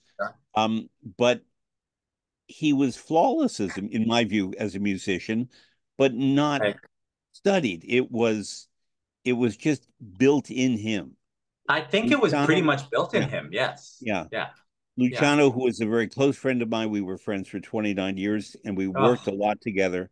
We cooked together, we ate together. He ate more oh, than I did, but we ate together. that Um, voice. Oh, was an amazing voice, but oof. it was his personality within the voice. Right. George Yes. Michael was an interpreter. Luciano was a being, Yes. and he embodied that.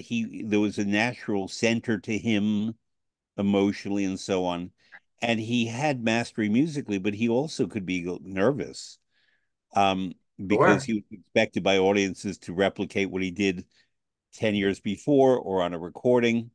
But nonetheless, there was a centeredness, I think, about his singing. And I'm giving my opinions, but then I want you to give yours. Yeah, Let's of start with course. these two guys, with George Michael and Luciano Yeah. Pavarotti.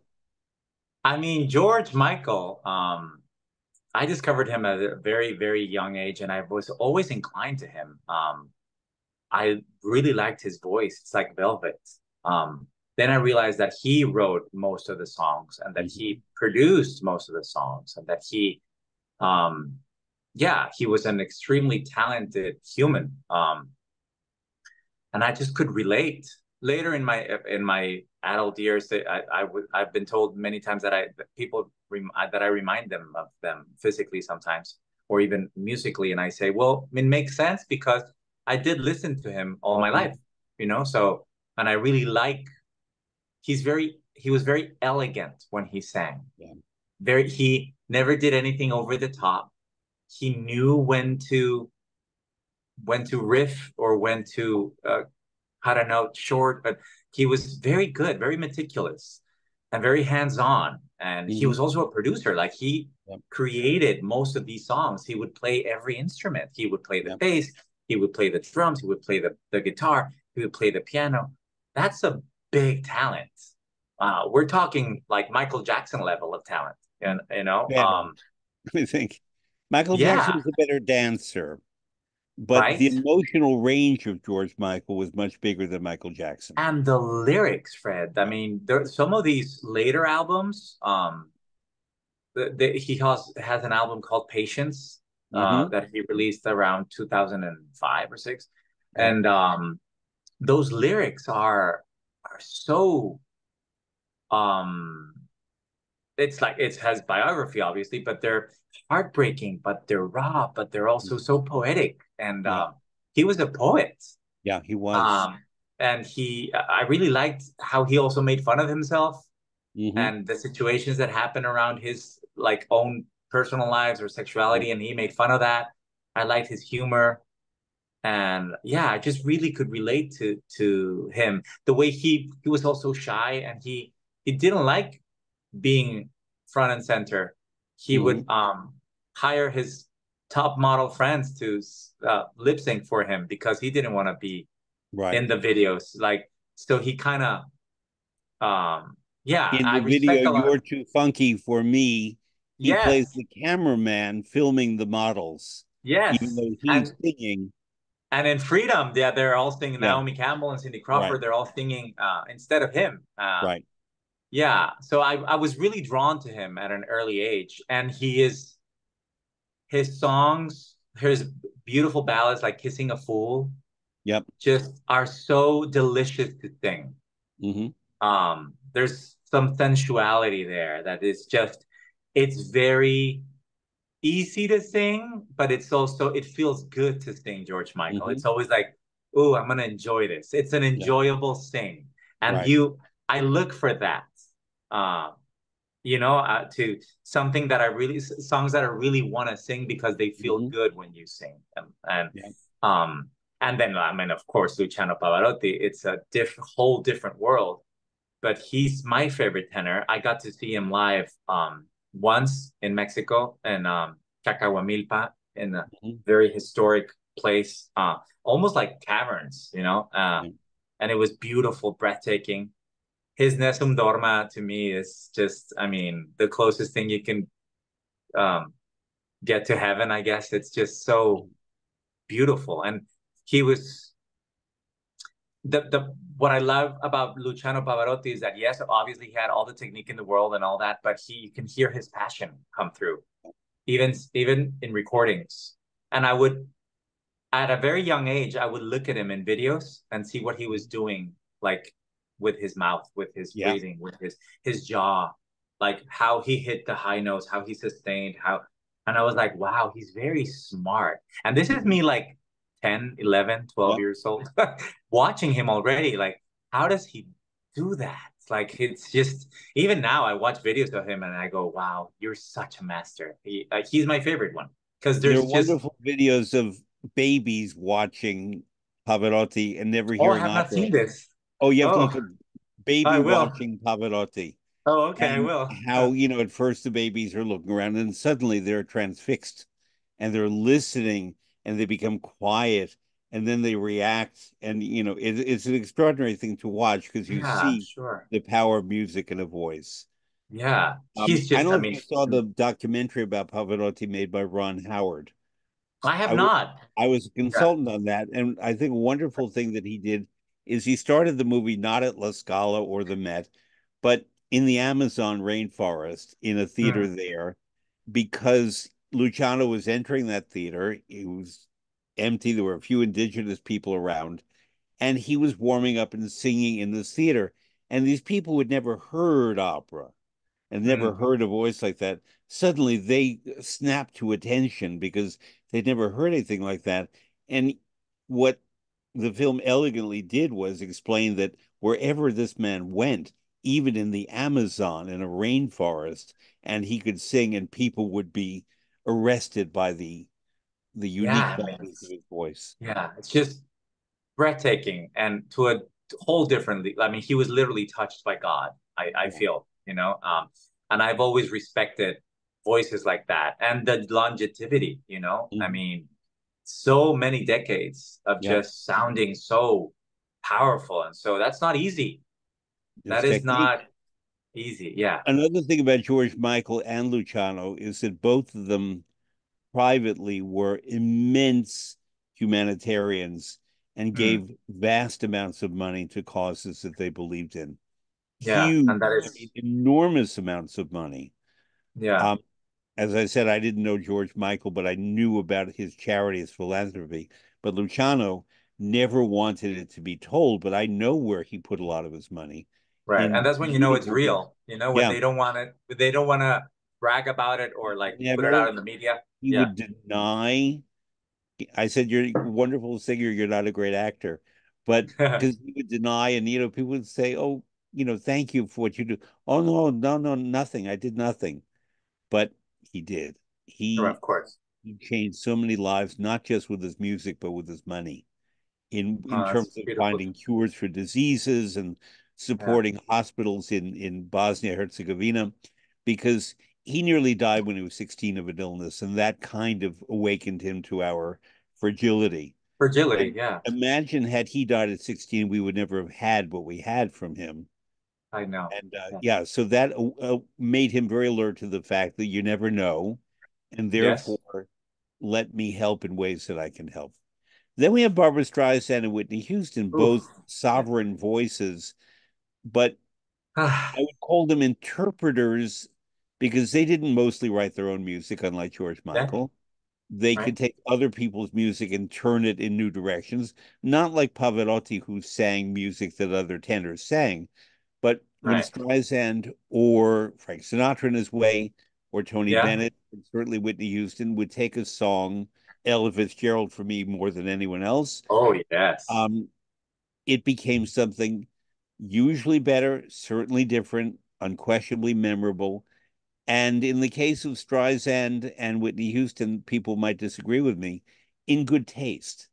Oh, yeah. A I lot of think, people don't like Barbara Streisand's taste. I do. I mean, I worship her. I think she's just brilliant as an artist, as a performer, as a pre-feminist before even feminism Yeah, existed. You know, she was already fighting for women's equality and yeah. wanting to get women to direct and women to produce and women to like multi-hyphenate. And so I And respect that a secondhand lot. clothing, recycling. Yes. But also respect the fact that she broke the rules also, you know, she broke the mold Yeah. because back in the day when she first started out, she wasn't like your typical Sandra D, you know, Yeah. cookie cutter pretty girl. No. She broke that mold. She was always proud of her heritage, which is something that I can relate to. Mhm. And that is also very inspiring to witness as a young performer when you do your research and I mean, because obviously I discovered Barbara Streisand when she was already like in her 40s when I was, you know, born. But then I went back and did like, oh, Barbara Streisand in black and white. This is not the same lady that is in Hello Dolly or like singing in A Star is Born or like Yeah. singing Broadway shows. This is like a 19, 20-year-old girl, Yeah. unknown in talk Mhm. shows in Manhattan, Yeah. wearing secondhand clothes and talking about the pride of her pride that she feels because she's Jewish. And that hits you Yeah. because it inspires you to be the same. Hmm. um you think I thought to myself, wow, she was really herself and she didn't really care what people thought and she just kept going at a time where I mean the Beatles were number one, you know, Yep. rock and roll was happening and she was singing, you know, ballads from like the 20s Yeah. or the Happy days 30s. are here again. Yeah, yes, or like My yeah. man. Yeah. And and then of course being an actress, you know, she's an actress. So the fact that she creates a story in every song, you can see that. You can see her earlier performances and you go, wow, she's really living every Hmm. single lyric and treating it as a monologue. So being an actor myself, I just respect that and I like navigate towards that. She's just fascinating to me. The fact that she's still going, the fact that she is still healthy, Yep. uh, and working. I mean, what can I say? I mean, her voice just like sends shivers down my spine every single Hmm. time. I've seen her live 4 times in different. Hmm. I saw her first in LA in 2000, then in New York in 2016, Brooklyn, and then I again was twice there. I in. didn't see you. Yeah, I was there too. Yeah, and it's always a treat, you know, because she has impeccable taste when it Yeah. comes to choosing musicians, choosing repertoire, choosing the material and the aesthetic. Everything is so elegant and so like spot on. But she has been like that since she started. What amazes me, every now and then I come to my apartment and I bring a friend who doesn't really know Barbara Streisand and I play old black and white videos of Barbra Streisand performing when she was like 18, 19, 20. They're all like mesmer. They're like, what is this? Like, what's happening? Yep. You know, there's one specifically when she's singing When the Sun Comes Out. The Mm-hmm. way she just in like the Ed Sullivan Show or something, and Yep.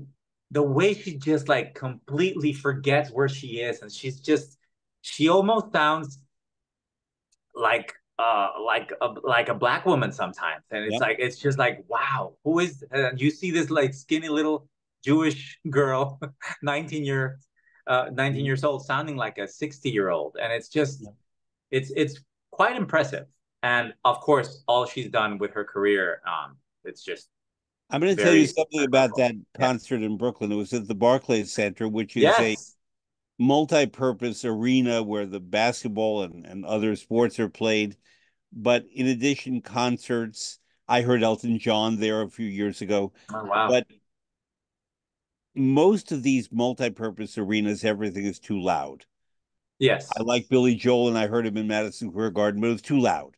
I heard Bruce Right. Springsteen recently. He's wonderful, but it was too loud. I have a decibel meter on my telephone, and 70 is considered ideal maximum. And with that Barbra Streisand concert in Brooklyn, 19,000 people, it never went above 70 decibels, which meant there was no distortion.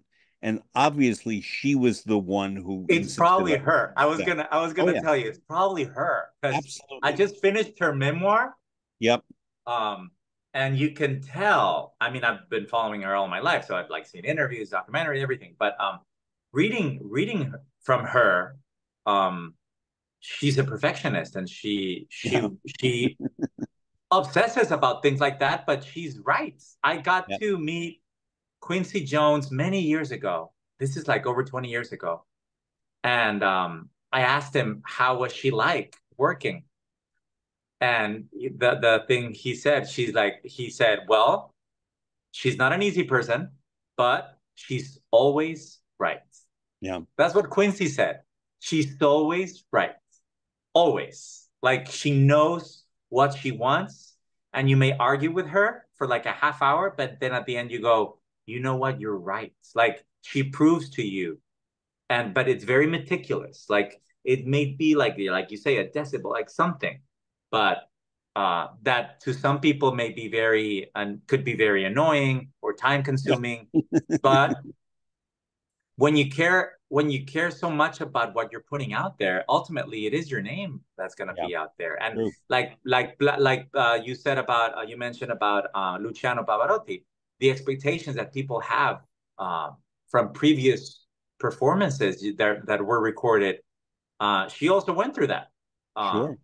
with her stage fright, because she said people expect so much and I forget the words. So it's like I can relate to that too. Hmm. The older you get, I think, and the more you achieve, the more people expect from you. I sometimes get more nervous in when I go back home to Mexico to perform than when I am here on like next to like Broadway caliber talents and producers, who are pretty much going to decide if I get my next job or not. But Hmm. whereas not so much in Mexico, but in Mexico, they expect so much more of me because I did make it on Broadway and I left Right. Mexico. So they Right. have that in their brain. So they're Yep. like, oh, you're supposed to be the Mexican on Broadway, so you must be really good. That's nerve wracking, you know? That is nerve wracking because they That's what expect we're you to gonna be do. perfect. Mauricio Martinez, the Mexican on Broadway. And you're like, there should be more Mexicans on Broadway. you um, know? Barbra Streisand's book was edited by a man named Rick Cott, Yes. K-O-T, who edited my Opera 101 many, many years ago, and he's a wonderful Wow. editor. But also very, he brings out the best in people. He made that a beautiful book, my book, for Yeah. me, and it's my bestseller. And I'm very grateful to him. But when he took on Barbra Streisand, she intelligently understood this is the editor to work with. I knew that when he was done with that book, he was going to retire, and he did. I can't do It's anything over else. 900 pages long. I It's crazy. Yeah. That's a long life. Yeah. and the reviews on the front page of the New York Times. When's the Yeah. last time you've seen a book review on the front page of the New York Times with Yeah. I everything mean, but we're happening? talking about one of the biggest stars. Yeah, Yeah. I mean, she's definitely up there with Frank Sinatra, yeah, with Elvis. I mean, I think she is. She's one of the yeah, best, yeah, and respected, respected, which is not easy, um, especially for a woman in that era. yeah, yeah. She was living in a man's world. Now it's more common, but I Right. think I think it has to do with people like her that Hmm. like just tore down But those Beyonce and Taylor doors. Swift and those people can do what they They do. wouldn't have what they have if it weren't for people like Barbara Streisand Yeah. and Whitney, of course. I think, Well, that's yeah, what I want to get to with Whitney Would. Houston. Yeah, Whitney Houston, in my view, could have been an opera singer. yeah, of course, He definitely had the pipes. yes, yes, she could And have definitely. It's also one of the most heartbreaking stories for me. It's very heartbreaking, and it also shows you in a very heartbreaking way not what not to do. Like because we live in a world, artists, we're so vulnerable. We get our heart broken pretty much every day. yeah, We want to quit the business pretty much every day hmm, because it's a hard life, as you know. It's yeah, it's lonely, and it's confusing, and the constant rejection. And in the music industry, in that era, you made so much money and you have access to so many things. One of them being obviously alcohol and right, drugs, and yeah, that's very similar with Jose, who you don't really know, right. but they're very similar stories, because they are touched by God and they have these instruments that are a huge responsibility to have. Hmm. Um, and then the decisions they made and their mental health and their addiction just got the best out of them. And Yeah, it's heartbreaking to see.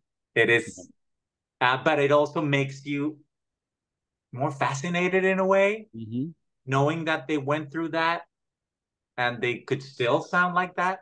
Yeah. Um, it's crazy, but yeah, she's definitely one of the, if not the most heartbreaking story there is for me of somebody with just Talent. a God-given talent, just like the voice that was literally touched by God. Like just Right. like I can hear. If you don't believe in God, listen to Whitney Houston sing. You will believe in something higher. Hmm. Yeah. You told me before that in Washington you sang the American national anthem, the Star Mm. Spangled Banner. Whitney, I mean, many singer friends who are great singers tell me that's one of the hardest songs to sing. It is. Yeah, It is Whitney because Houston, it's all over the place. right. Oh, say, can you see by the Yes, dawn's early line? you have to have a big range. But I defy anyone to tell me of a better version of it than Whitney Houston. I don't think there exists. Yeah. I honestly don't think it exists. She had Yeah. all the notes. She made it simple. When she sang it, America, unfortunately, for again, was at war. She wore a very simple outfit and a little white headband. She was not dressed up like a diva. Yeah. And she just sang it From her heart. and from her Yeah. heart and made every word count and had all, she could go all across the scales without a problem, Yeah. but in meaningful ways. It was not showing off that she had the notes. It Right. was she made that song something. And it became, I remember that. Yeah. Just being a little boy 1991. Yeah. watching that. And then it Yeah. became a single, and it was, it was all over the place. And it was around the time that The Bodyguard came out too, right? Yeah. True. Yeah. And she was just in the stratosphere. I Right. mean, yeah. But yeah, the Star Spangled Banner, oof, what a moment. Did you see the movie that they did based on her? I did. Yeah. That was one of my favorite parts of the movie. Uh, Okay. when they did the Star Spangled Banner, I thought Yeah. it brought me to tears because I remembered it. I went back to the moment when I first listened to that and watched it on TV and was like blown away. So, not to put you on the spot, but You can put me on the spot. It's fine. I don't know the Mexican national anthem. Can you sing Oh, something? yes. Go ahead. Yes. It's not as see Mexicans, we love the Americans national anthem because it's more of a ballad. It's more of a Yeah. ours is more like rigid. You can't, and there's rules to ours. You can't riff, you can't change the rhythm, Mhm. you can't change. Whereas in America, you can do Yeah, whatever you want. everything. But it goes Mexicanos al grito de guerra, el placer al pesar del bridón, y retiemble en sus centros la tierra al sonoro rugir del cañón. Mas si osare un extraño enemigo de la paz del arcángel divino, mas su eterno destino por el dedo de Dios se escribió. Tan, tan, tan. It's very triumphant and march. It's very, it almost sounds military in a way, you know?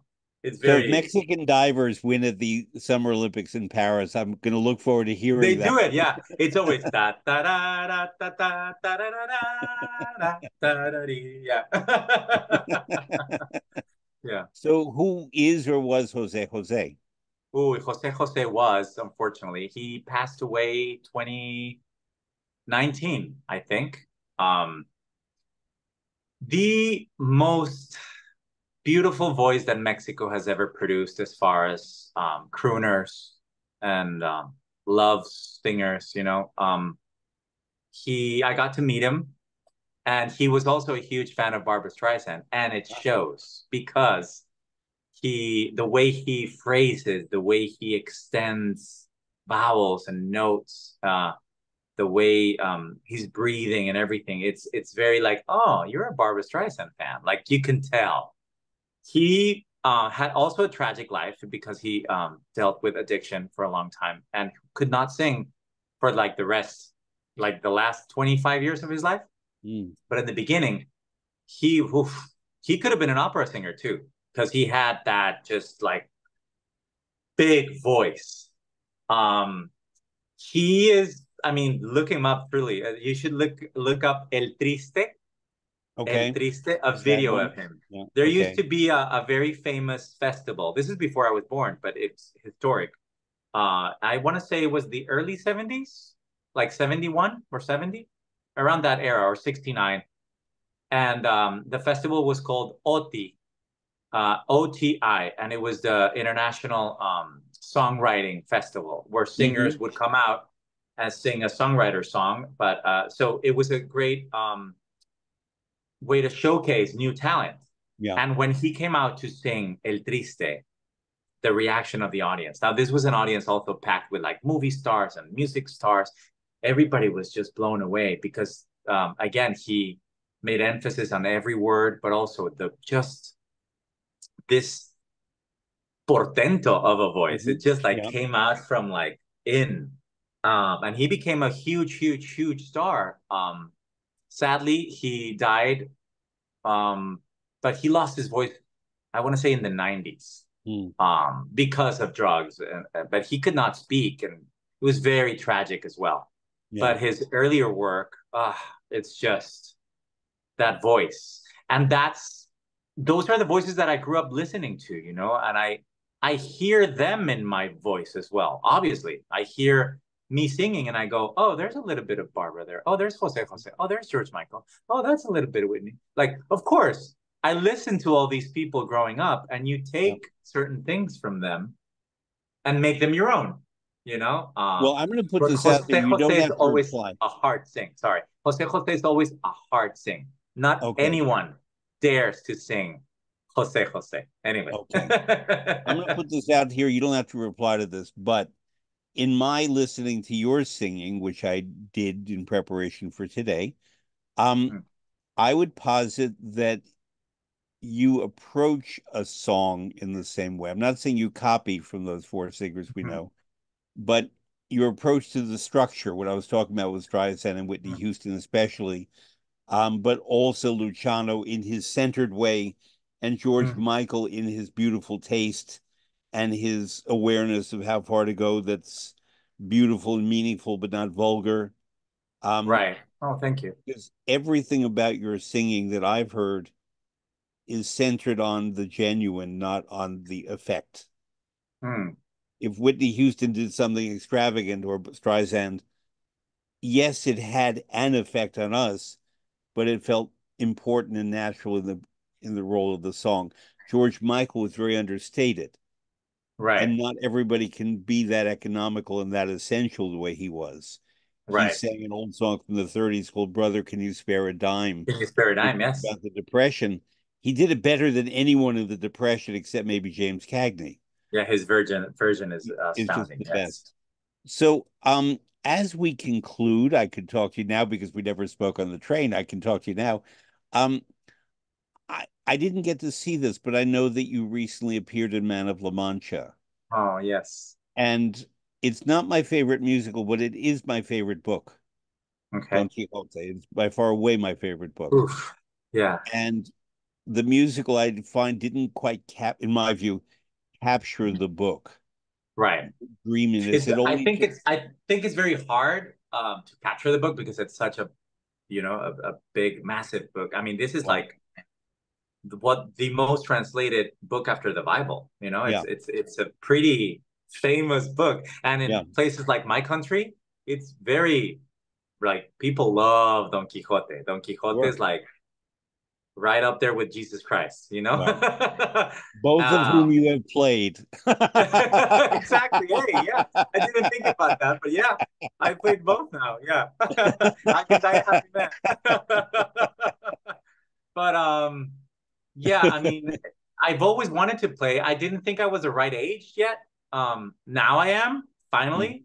The good roles that I've always wanted to play are I'm finally reaching the age. yep. Um, but yeah, I mean, Don Quixote is a dream, literally. I mean, the way it's written, I believe roles find you when you're ready to deliver the message that they want you or need you to deliver.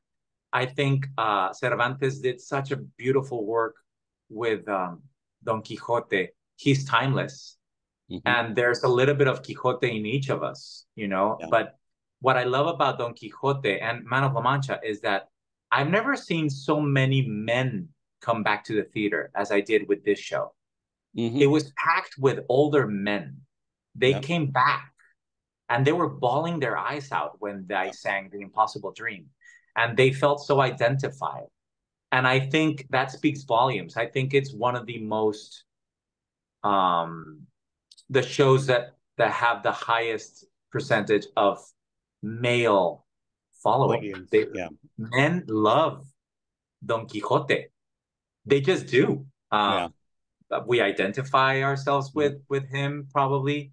There's something about the camaraderie between Don Quixote and Sancho.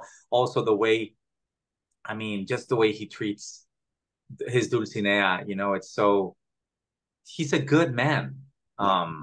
And yeah, the way he, I mean, the Impossible Dream to me is very meaningful because I think it's a timeless song. It speaks Mhm. volumes about whether to choose to see the glass half empty or half full.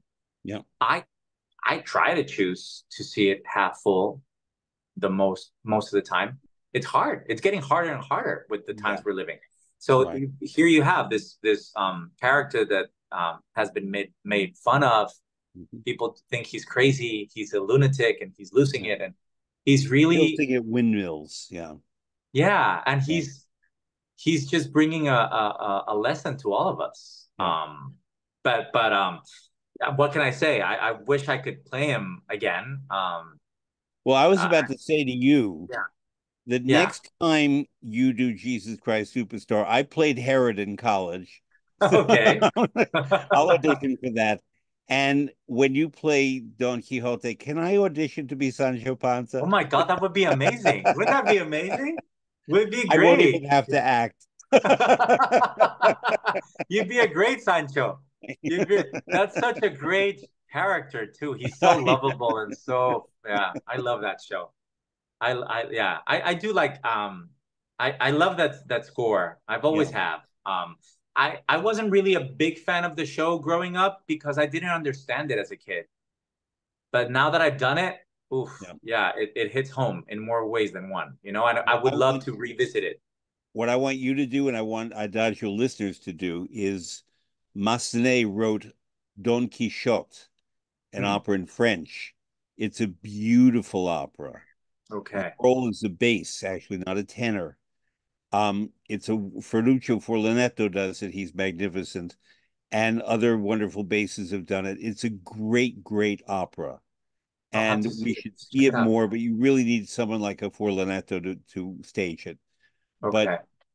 to me, I mean, as I said, I love the book. Man of La Mancha is not my favorite musical, but Don Quixote is a to me a better telling of the story. It comes Oh, closer interesting. to the Okay. man than Oh, does, good. Richard Kiley and all that. Yeah, of course. That's good to know. Yeah. I'll definitely listen to it. Yeah. So Mauricio Martinez or Mauricio Policarpo Martinez Morales. There you go. um, I'm glad we finally got to speak. Yes, likewise. Yes, thank you so much. Thank you for having me. Yeah. And I thank you. You really brought your heart and your soul to this as you do to your performing, which is why I like Mm, you, among the thank reasons I like you. Um, and I look forward to seeing you more. And I commend to all our Adagio listeners to follow you. thank you. It'll be an honor to have you follow me and thank you for this Very good. conversation and I love connecting with you. And we'll actually go for that coffee in our neighborhood. Yes, we will. So take care. Hasta luego. Hasta luego. We'll see you soon.